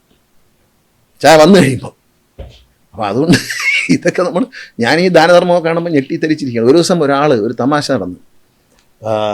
പത്തനാപുരത്ത് വീട്ടിൽ ഞാൻ ഇരിക്കുമ്പോൾ ഇതൊരു നടന്ന സംഭവമായിട്ടും നല്ല ആരോഗ്യവാനായ ഒരാൾ ഈ ആളുകളെ വഷളാക്കുന്നതേ നല്ല ആരോഗ്യവാൻ്റെ ആളും അയാളുടെ ഭാര്യയും കൂടി വരികയാണ്. കോഴിക്കോട് നിന്ന് അങ്ങോട്ട് വന്നിരിക്കുകയാണ്. അപ്പോൾ കുറേ ആൾക്കാർ വീട്ടിൻ്റെ ഓഫീസിലേക്ക് നിൽപ്പുണ്ട്. അപ്പോൾ ഞാൻ ചോദിച്ചു എന്താണ് സാർ ഒരു വീട് വെച്ച് തരണം എന്ന് പറഞ്ഞു. ഞാൻ പറയും നിങ്ങൾക്ക് നല്ല ആരോഗ്യമില്ലേ, നിങ്ങളെ ഭാര്യയ്ക്ക് നല്ല, നിങ്ങളെന്തെങ്കിലും ജോലി ചെയ്തിട്ട് ചെയ്യാം. വയ്യാത്ത ആൾക്കാർ, പാവങ്ങൾ, അച്ഛനില്ലാത്ത കുഞ്ഞുങ്ങൾ, അവർക്കൊക്കെ വീട് വെച്ച് കൊടുക്കുന്നേ. ഒരു വല്യമ്മ സൈഡിൽ ഇപ്പോൾ ഉണ്ട്. അപ്പോൾ ഇയാളടുത്ത് ഞാൻ പറഞ്ഞു നിങ്ങളൊരു കാര്യം ചെയ്യും, നിങ്ങൾ സുരേഷ് ഗോപിയെ പോയി കാണാം. സുരേഷ് ഗോപി ആകുമ്പോൾ ഒരുപാട് വീടൊക്കെ വെച്ച് കൊടുക്കുന്നുണ്ട് ചെല്ലുന്നത് എന്ന് പറഞ്ഞാൽ അത് സാറേ അങ്ങോട്ട് പോകുന്ന വഴിയാണ്, പക്ഷെ അതിനുമ്പോൾ ഇവിടുന്ന് കിട്ടുന്നെങ്കിൽ വാങ്ങിച്ചിട്ട് പോകാമെന്ന് വിചാരിച്ച് അങ്ങനെ ഇറങ്ങിയതാണ്. അടൂർ വന്നപ്പോൾ ഇങ്ങനെ ഇറങ്ങിയെന്ന് പറഞ്ഞു ബസ്സിൽ നിന്ന്. ഉടനെ ഒരു വല്യമ്മ സൈഡിൽ ഇപ്പോൾ ഉണ്ട്. ചെല്ല് അങ്ങോട്ട് ചെല്ലുമ്പോൾ കാണാം. അവിടെ അകത്തോട്ട് പോലും കയറ്റത്തില്ല. വല്യമ്മയ്ക്ക് ദേഷ്യം വന്നു. വല്യമ്മ ഇതുപോലെ ആവശ്യങ്ങളായിട്ട് പോയിട്ട് വന്നിരിക്കുക അവിടെ പോയിട്ട്. അപ്പോൾ ഇവരെ ഉപദേശിക്കുകയാണ് ചെല്ല് അവിടെ ആളുകൾക്ക് ഏറ്റവും തുറന്നു തരത്തില്ല എന്ന്. അപ്പോൾ വല്യമ്മ ഇതൊരു സ്ഥിരം പരിപാടിയായിട്ട്. പക്ഷേ സുരേഷ് ഗോപി വലിയ അങ്ങനെ അല്ലല്ലോ അദ്ദേഹത്തിന്റെ ഒരു പേര്. അതെ, ഈ അദ്ദേഹം ജയിച്ചതും അതൊക്കെ അറിയാം. ന്യൂസിൽ വരുന്ന ആളുകളെ സഹായിക്കാറുള്ളൂ. ചിന്തിച്ചു നോക്കൂ. പക്ഷേ തൃശ്ശൂർ പോലെ സ്ഥലത്ത് എങ്ങനെ അദ്ദേഹം ജയിച്ചു? അവിടെ BJPക്ക് വലിയ അടിത്തറയൊന്നുമല്ലോ. തിരുവനന്തപുരം അല്ല പാലക്കാടല്ല. സിനിമയോട് വലിയ ഇഷ്ടമുള്ളവരാണ്. ഇന്നസെന്റ് ഏട്ടൻ ജയിച്ചില്ലേ തൃശ്ശൂരിൽ നിന്ന്. തമാശ ഇഷ്ടമുള്ളവരാ തൃശ്ശൂരുകാരെ. എനിക്ക് അങ്ങനെ തോന്നിയിട്ടുള്ളത്. ലോനപ്പന്തമ്പാടൻ അതെ നല്ല തമാശ പറയാൻ. അദ്ദേഹം പാർലമെന്റിൽ ജയിച്ചു. തൃശ്ശൂരില്ലേന്നേ. തൃശ്ശൂരുകാർ തമാശ നന്നായിട്ട് എൻജോയ് ചെയ്യും. അപ്പോൾ ഈ ഡാൻസും പാട്ടും ഒക്കെ കണ്ടപ്പോൾ ഇഷ്ടപ്പെട്ടു. ഇന്നസെന്റ് ഏട്ടൻ തമാശ പറഞ്ഞില്ലേ ജയിച്ചു. ഇന്നസെന്റ് ഏട്ടൻ ജയിക്കുമെന്ന് PC ചാക്കോ എന്ന് പറയുന്ന കേരളത്തിലെ ഏറ്റവും പ്രധാനപ്പെട്ട ഒരു നേതാവിനെതിരായിട്ട് ജയിക്കും, ഇന്നസെന്റ് ഏട്ടൻ ജയിച്ചു എന്ന് പറയുന്നത് അത് തമാശയൊക്കെ ഇഷ്ടമുള്ളവരാണ്. തൃശ്ശൂരുകാരെ ലൈറ്റായിട്ട് എടുക്കും. അതുകൊണ്ടായിരിക്കണം ഈ MG ശ്രീകുമാറിന്റെ ഇടയ്ക്ക് ഭയങ്കര സൗഹൃദമായിട്ട് പിന്നൊന്ന് പിണങ്ങി പിന്നെ വീണ്ടും സൗഹൃദത്തിലായി. അതൊക്കെ ഈ ചട്ടിയും കലമാകുമ്പോൾ തട്ടിയും മുട്ടിയൊക്കെ കിടക്കും എന്നുള്ളത്. ശ്രീകുട്ടനെ എന്നോട് സ്നേഹം തന്നെ. പണ്ടും ശ്രീകുട്ടനെ ആദ്യകാലങ്ങളിലൊക്കെ ശ്രീകുട്ടനെ പടങ്ങളിൽ റെക്കമെൻഡ് ചെയ്യാനും മ്യൂസിക് ഡയറക്ടറെ SP വെങ്കടേശനെ പരിചയപ്പെടുത്താനും തമ്പി കണ്ണന്താനെ പരിചയപ്പെടുത്താനും ഒക്കെ ഞാൻ തന്നെ കൊണ്ടു നടന്നു. അത് സന്തോഷമുള്ള കാര്യമാണ്. നന്നായി വന്ന് വലിയൊരു ഗായകനായി അദ്ദേഹം. ലാലേട്ടനായിട്ടുള്ള ബന്ധം വളരെ നല്ല ബന്ധമാണ്. എന്നോടൊരു അനിയനെ പോലെ എന്നോട് എല്ലാ കാര്യങ്ങളിലും എപ്പോഴും എൻ്റെ ഒരു ഉയർച്ചയും വളർച്ചയും എനിക്കുണ്ടാകുന്ന നന്മകളും എൻ്റെ ദുഃഖങ്ങളും സന്തോഷങ്ങളും എല്ലാം പങ്കുവയ്ക്കുന്നതാണ്. അതിനുള്ള സമയമൊക്കെ കണ്ടെത്തും. അതൊക്കെ എനിക്ക് എന്താ മോനെ എന്നൊക്കെ ചോദിച്ചാൽ എപ്പോഴും കറക്റ്റായിട്ട് വിളിക്കും. എന്നെ മോനെ വിളിച്ചിട്ട് എല്ലാവരും മോനെ എന്നാണ് വിളിക്കുന്നത്. നല്ല സ്നേഹം, വളരെ അടുപ്പമുള്ളത്. എന്നെ മോനെ വിളിച്ചിട്ടുള്ളൂ. കൊച്ചിലെ വിട്ടു വളരെ ഓക്കെ. ഇപ്പോഴും ആ കോണ്ടാക്ട് ഉണ്ട്. എപ്പോഴും ഉണ്ട്. നല്ല കോണ്ടാക്റ്റാണ്. നല്ല കാര്യങ്ങളൊക്കെ പറയും. ഞങ്ങൾ തമ്മിൽ വളരെ നല്ല. ഈ മമ്മൂട്ടിയും ശ്രീനിവാസൻ തമ്മിൽ പ്രശ്നത്തെക്കുറിച്ച് എന്തോ ഒരു അഭിപ്രായം പറഞ്ഞായിരുന്നല്ലോ അങ്ങേക്ക് അത് തമാശ, അത് ഇവർ ചുമ്മാ തമാശിക്കാൻ പറഞ്ഞത്. കാരണം ഇവർ ഈ കൃഷി രണ്ടുപേരും കൃഷിക്കാരായി, ജൈവ കൃഷിയിലേക്ക് വന്നവർ. അവർ ജൈവ കൃഷിയിലേക്കൊക്കെ വന്ന് ശ്രീനിവാസന്റെ വയലിൽ വിളയുന്ന നെല്ലാണ് ഏറ്റവും നല്ല ജൈവ ഉൽപ്പന്നമെന്ന് അദ്ദേഹവും, അതല്ല മമ്മൂക്കയുടെ എവിടെയാണ് എന്ന് മമ്മൂക്കയും തമ്മിൽ തർക്കം ഉണ്ടായിരുന്നു. അതൊരു തർക്കം, പ്രധാനപ്പെട്ട തർക്കമാണല്ലോ. നല്ലൊരു തമാശ പറയാം നിങ്ങളുടെ പ്രേക്ഷകർക്ക് വേണ്ടിയിട്ട്. ശ്രീനിവാസനെ പറ്റി പറയാതെ പോയൊരു തമാശ, ശ്രീനിവാസൻ്റെ ഇൻ്റലിജൻസിൻ്റെ ഒരു സംഭവമാണ്. ശ്രീനിവാസൻ പറഞ്ഞൊരു തമാശയുണ്ട്, സീരിയസ് ആയിട്ട് പറഞ്ഞാണ്. ഈ സിനിമയിൽ ഏറ്റവും പാവപ്പെട്ട മനുഷ്യൻ കഥാപാത്രം ആരാണെന്ന് ചോദിച്ചു. അപ്പോൾ ശ്രീനിവാസൻ പറഞ്ഞ ആരാ? ഇടാ വില്ലനാണ് ഏറ്റവും വലിയ പാവപ്പെട്ടവൻ. അതെന്ത്? ശുദ്ധനല്ലേ? കാരണം ഈ വില്ലനെ അവസാനം കൊല്ലുമെന്നും പരാജയപ്പെടുത്തുമെന്നും അവനൊഴിച്ച് എല്ലാവർക്കും അറിയാം. സിനിമ കാണുന്ന പ്രേക്ഷകർക്കറിയാം, സംവിധായകനറിയാം, നായകനറിയാം, നായികയ്ക്കറിയാം. ഈ വില്ലൻ അവസാനം കൊല്ലും, അടികൊണ്ട് ചാവും. പക്ഷേ ഈ ഭാഗത്തിന് മാത്രമല്ല, അവസാനം വരെയും യുദ്ധം ചെയ്തു നിന്നെ ഞാൻ കാണിച്ചാണെന്ന് എനിക്ക് അവസാനം അടിച്ചു വീഴ്ത്തും. ഈ സിനിമയിൽ ഏറ്റവും വലിയ ഏറ്റവും പാവപ്പെട്ട ശുദ്ധനായ കഥാപാത്രം വില്ലനാണെന്നാണ് ശ്രീനിവാസന്റെ കണ്ടുപിടുത്തം. ശ്രീനിവാസന്റെ ബുദ്ധി ഇങ്ങനെയൊക്കെയാണ് പോകുന്നത്. അല്ല, ശ്രീനാഥൻ അങ്ങനെയാണോ? എല്ലാ കാര്യങ്ങളും അങ്ങനെയായിരുന്നു. അതൊരു ഉഗ്ര സാധനമല്ലേ? കാരണം ഇപ്പോൾ ഈ വില്ലനാണ് ഏറ്റവും സാധുവായ മനുഷ്യൻ എന്ന് പുള്ളി പറയാൻ. കാരണം വില്ലനെ അറിഞ്ഞൂടാ, അയാളെ അവസാനം കൊല്ലുമെന്നുള്ള കാര്യം അയാൾക്ക് മാത്രമേ അറിയാതുള്ളൂ. കണ്ടുകൊണ്ടിരിക്കുന്ന ടിക്കറ്റ് എടുത്ത് കയറുന്ന പ്രേക്ഷകന് വരെ അറിയാം ഇയാളെ അവസാനം താച്ചു എന്നുള്ള കാര്യം. അങ്ങ് കളിപ്പാട്ടം ശേഖരിക്കുന്ന ഒരു സ്വഭാവം ഉണ്ടെന്ന് കേട്ടു, സത്യമാണോ? ഉണ്ട്. അതെന്താ അതിന്റെ കാരണം? ഈ വാഹനങ്ങളോട് എനിക്ക് പണ്ടേ ഭയങ്കര ഇഷ്ടം. വാഹനങ്ങൾ അത് ഇതിന് ആ ഇഷ്ടം വന്ന് വാഹനം വാങ്ങിച്ച് ഇവരോട് പൈസ പോയി ഞാൻ പറഞ്ഞല്ലോ. അപ്പൊ അത് വന്നപ്പോൾ ഒരു ഘട്ടത്തിൽ എനിക്ക് തോന്നി ഈ കളിപ്പാട്ടം വാങ്ങിച്ച് ഒരു റിലാക്സേഷനാണ്. ഞാൻ ഈ ഒരുപാട് ടോയ്സിന്റെ കളക്ഷൻ ഉണ്ട്, അതിങ്ങനെ ഓടിച്ച് രാവിലെ എണീച്ച് 6-6:30 മണിക്ക് എണീക്കും, ഒരു 7:30 മണി വരെയൊക്കെ ഇതിനെ അവിടെ ഇരുന്ന് ഒന്ന് ഓടിക്കും. ഇത് അവിടെ ഒന്ന് ഓടിക്കും. രാത്രി നേരത്തെ വരികയാണെങ്കിൽ രാവിലെ എണീച്ച് ഇതിനെ അവിടെ ഇപ്പോഴും ഓടിക്കും. അവിടെ കുറച്ച് നേരം ഓടിക്കും. എൻ്റെ മക്കൾക്ക് ഇതിനകത്ത് വലിയ താല്പര്യമില്ല. അവന്മാർ പറഞ്ഞേടാ, ഞാൻ എൻ്റെ കാലശേഷം ഇത് ആർക്ക് കൊടുക്കൂടാന്ന് ചോദിച്ചാൽ അവന്മാർക്ക് വേണ്ട. ഏതാ, ഞാനിത് എടുത്ത് വെച്ചിട്ട് ഇതിനെ ഒരു 5 എണ്ണം എടുത്ത് പുറത്ത് പോയി. ഈ 5 എണ്ണം ഒന്ന് ഓടിച്ചു കഴിഞ്ഞ് അതെടുത്ത് അകത്ത് വെച്ചിട്ട് വേറെ 5 എണ്ണം എടുത്ത് പുറത്ത് പോയി. അപ്പോൾ രാത്രി വന്നാലും ആർക്കും ശല്യമില്ല. ടി വിയിൽ വല്ല സിനിമയൊക്കെ ഇട്ടിട്ട് ഈ സാധനം എടുത്ത് ബെഡ്റൂമിൽ വെച്ചിട്ടുണ്ട്. അവിടെ ഒരു ചെയറിലിരുന്നിട്ട് ഇതിങ്ങനെ കളിക്കും. എൻ്റെ മനസ്സിൻ്റെ ഒരു സുഖം, എൻ്റെ മനസ്സിൻ്റെ ഒരു സുഖം അതാണ്. എനിക്ക് കൊച്ചിലെ തന്നെ ഈ കാറുകളുടെ കളക്ഷൻ ഉണ്ട്, ചെറിയ കാറിൻ്റെ കളക്ഷൻ എൻ്റെ കയ്യിൽ 1000 കണക്കിനുണ്ടായിരുന്നു. അപ്പോൾ എൻ്റെ അച്ഛൻ ഒരു പണി എനിക്ക് വെച്ച് തന്നു. അച്ഛൻ എൻ്റെ മോനോട് പറഞ്ഞു കൊടുത്തു, എടാ ഞാനൊരു ഒരു ലോക്കറിനകത്ത് വെച്ചിട്ട് കൂട്ടി വെച്ചിരിക്കുകയാണ് പണ്ട്. അപ്പോൾ എൻ്റെ മോനോട് പറഞ്ഞു കൊടുത്തു, എടാ നിൻ്റെ അച്ഛൻ്റെ കയ്യിൽ കുറേ കാറും കളിപ്പാട്ടും ഇരിപ്പുണ്ട്, നീ എടുത്ത് കളിക്കാൻ പറഞ്ഞു. ഇവൻ വന്ന് അച്ഛാ തുറന്ന് കൊടുത്ത് ഇവൻ മൊത്തവും തീർത്ത് കളഞ്ഞ്, ചീത്തയാക്കി കളഞ്ഞ്. പിന്നെ ഞാൻ ഇത് പിന്നീട് കളക്ട് ചെയ്തതാണ്. ഇപ്പോൾ ഒരുപാട് കളക്ഷൻ ഉണ്ടോ? ഒരുപാട് കളക്ഷൻ ഉണ്ട്. 10, 100, 150 റിമോട്ട് വണ്ടികൾ തന്നെയാണ്. പിന്നെ ഞാൻ എല്ലാ രാജ്യത്തും പോയാലും ഇതാണ് വാങ്ങിച്ചുകൊണ്ട് വരുന്നത്, വേറെ ഒന്നും വാങ്ങിക്കില്ല. ഒരു പെട്ടി ഒരിക്കലും എയർപോർട്ടിൽ നിന്ന് ഇറങ്ങുമ്പോൾ എൻ്റെ ഭാര്യ പറഞ്ഞിങ്ങനെ കസ്റ്റംസുകാരൻ അത് സൂക്ഷിക്കണേന്ന്. അപ്പോൾ അവർ ചോദിച്ചു എന്തോ കൂടിയ സാധനമെന്ന് വിചാരിച്ചു. അപ്പോൾ എന്താ നല്ല എന്ന് അവർ ചോദിച്ചു. കളിപ്പാട്ടമാണെന്ന് പറഞ്ഞു. സ്കാൻ ചെയ്ത് നോക്കിയോ പ്ലാസ്റ്റിക് കളിപ്പാട്ടമാണ്. അവർക്ക് സംശയം തോന്നും, സൂക്ഷിക്കണേന്ന് പറഞ്ഞപ്പോഴേ എന്തോ ഭയങ്കര കൂടിയ സാധനമാണ് നോക്കിയോ കളിപ്പാട്ടമാണ് അതിനകത്ത്. അത് പൊതിഞ്ഞെട്ടി വെച്ചിരിക്കും. അവർക്ക് ദുരൂഹത തോന്നി. കാരണം എന്താണ് ഈ സൂക്ഷിക്കണം എന്നൊക്കെ പറയണമെങ്കിൽ മാത്രമല്ല, അല്ലെങ്കിൽ കളിപ്പാട്ടം കൊണ്ട് ഒരു മന്ത്രി വരും എന്നവർ പ്രതീക്ഷിക്കുന്നില്ലല്ലോ ഈ പ്രായത്തിൽ. വല്ല സ്വർണ്ണക്കടത്താണോ? പക്ഷെ എൻ്റെ ഒരു സന്തോഷം ഇതാണ്, കാരണം എനിക്ക് വിലപിടിപ്പുള്ള സാധനങ്ങളോടല്ല, വാഹനങ്ങളോടും അങ്ങനെ തന്നെ. വാഹനങ്ങളോട് ഇഷ്ടമാണ്. പിന്നെ ഇപ്പം വാഹനം വായ്പില്ല, കാരണം വെച്ചാൽ വെറുതെ കാശുകളെ ഉണ്ടാന്ന് ചോദിച്ചാൽ. അങ്ങേക്ക് ഇഷ്ടപ്പെടുമെന്ന് എനിക്കറിയത്തില്ല, എങ്കിലും ഒരു കാര്യം കൂടി ചോദിക്കാതെ ഇത് അവസാനിപ്പിക്കുന്നത് ശരിയല്ല. ഇന്നോ ഇന്നലെയോ ആണ് ഞാൻ ശ്രദ്ധയിൽപ്പെട്ടത് ചാണ്ടിയുമ്മൻ്റെ ഒരു പ്രസംഗം. അച്ഛന് മകനെ പോലെ തന്നെയായിരുന്നു ഉമ്മൻചാണ്ടി സാറ് കരുതിയിരുന്നത്, പക്ഷെ അദ്ദേഹത്തിന് വിഷമിപ്പിക്കുന്ന ഒരു സാഹചര്യം ഉണ്ടായി, കേസൊക്കെ ഉണ്ടല്ലോ. അങ്ങനെ അതേക്കുറിച്ച് നിങ്ങൾ പറയാൻ ആഗ്രഹിക്കുന്നുവോ? ആ ഒരു എപ്പിസോഡ് പറയാൻ മടിക്കണ്ടല്ലോ. ഞാൻ ഉമ്മൻചാണ്ടിയുമായി വ്യക്തിപരമായി യാതൊരു പിണക്കമില്ല. പക്ഷേ ഉമ്മൻചാണ്ടിയുമായി പിരിഞ്ഞ് നമ്മളെ മുന്നണി വിട്ടു പോകാനുള്ള കാരണം എന്ന് പറഞ്ഞാൽ അദ്ദേഹത്തിന് ഞാനൊരു ദ്രോഹം ചെയ്തില്ല. അദ്ദേഹം അവസാനം CBI അദ്ദേഹത്തെക്കുറിച്ച് അന്വേഷിക്കാൻ എൻ്റെ അടുത്ത് വന്നു.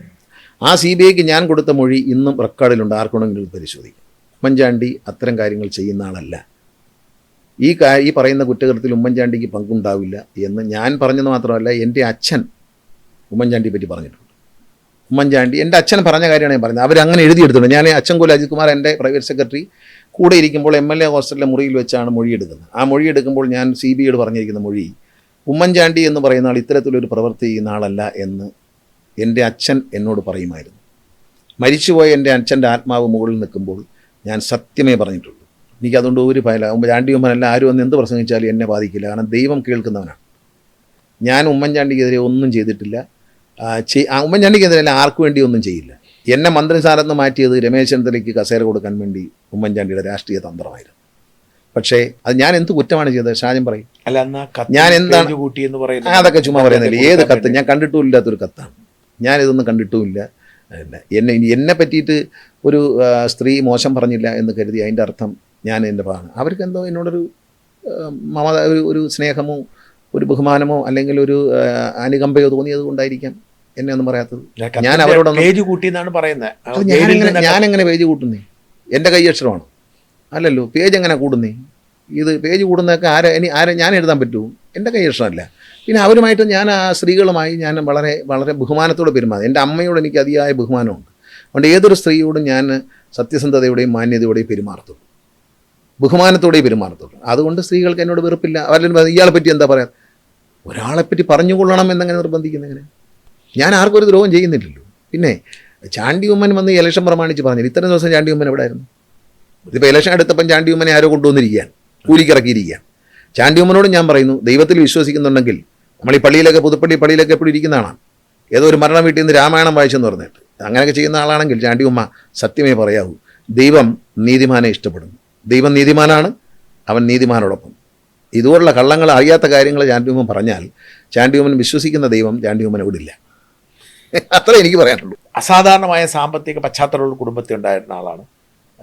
അതുപോലെ സിനിമക്കാരൻ എന്ന നിലയിൽ പലപ്പോഴും സിനിമക്കാരൻ സുരേഷ് ഗോപിയൊക്കെ യഥാർത്ഥത്തിൽ നേരിടുന്ന ഒരു പ്രതിസന്ധി എന്ന് പറയുന്നത് അദ്ദേഹത്തിന് ആഡംബര ജീവിതത്തിൽ നിന്ന് ഇറങ്ങി വരാൻ കഴിയുന്നില്ല എന്നുള്ളതാണ്. എങ്ങനെയാണ് പൊതുപ്രവർത്തനം എന്ന ഈ ഒരു സാധാരണ ജീവിതമായിട്ട് ഇങ്ങനെ താതാത്മ്യപ്പെട്ട് എല്ലാ സൗകര്യങ്ങളും ഉണ്ടായിരിക്കവേ പൊതുപ്രവർത്തകർക്ക് അത്ര സൗകര്യം ജീവിക്കാൻ പറ്റുന്നത്? എങ്ങനെയാണ് ഈ ഒരു ജീവിതത്തെ ഇങ്ങനെ അഡ്ജസ്റ്റ് ചെയ്തത്? എൻ്റെ അച്ഛൻ എന്നെ വളർത്തി അങ്ങനെ. അച്ഛനും അമ്മയും വളരെ സാധാരണക്കാരനായിട്ട് വളർത്തിയത്. കാരണം അച്ഛൻ പണക്കാരുമായിട്ട് പറയാനില്ല, പണക്കാരുമായിട്ട് നീ കൂട്ടുകൂടരുത്. വേറെ ഒന്നും കൊണ്ടല്ല, അവരും നിനക്ക് എല്ലാ ദിവസവും വെളിയിൽ കൊണ്ടുവന്ന് ആഹാരം വാങ്ങിച്ചു തരും. താജ് ഹോട്ടലിലൊക്കെ ആഹാരം വാങ്ങിച്ചു തരും.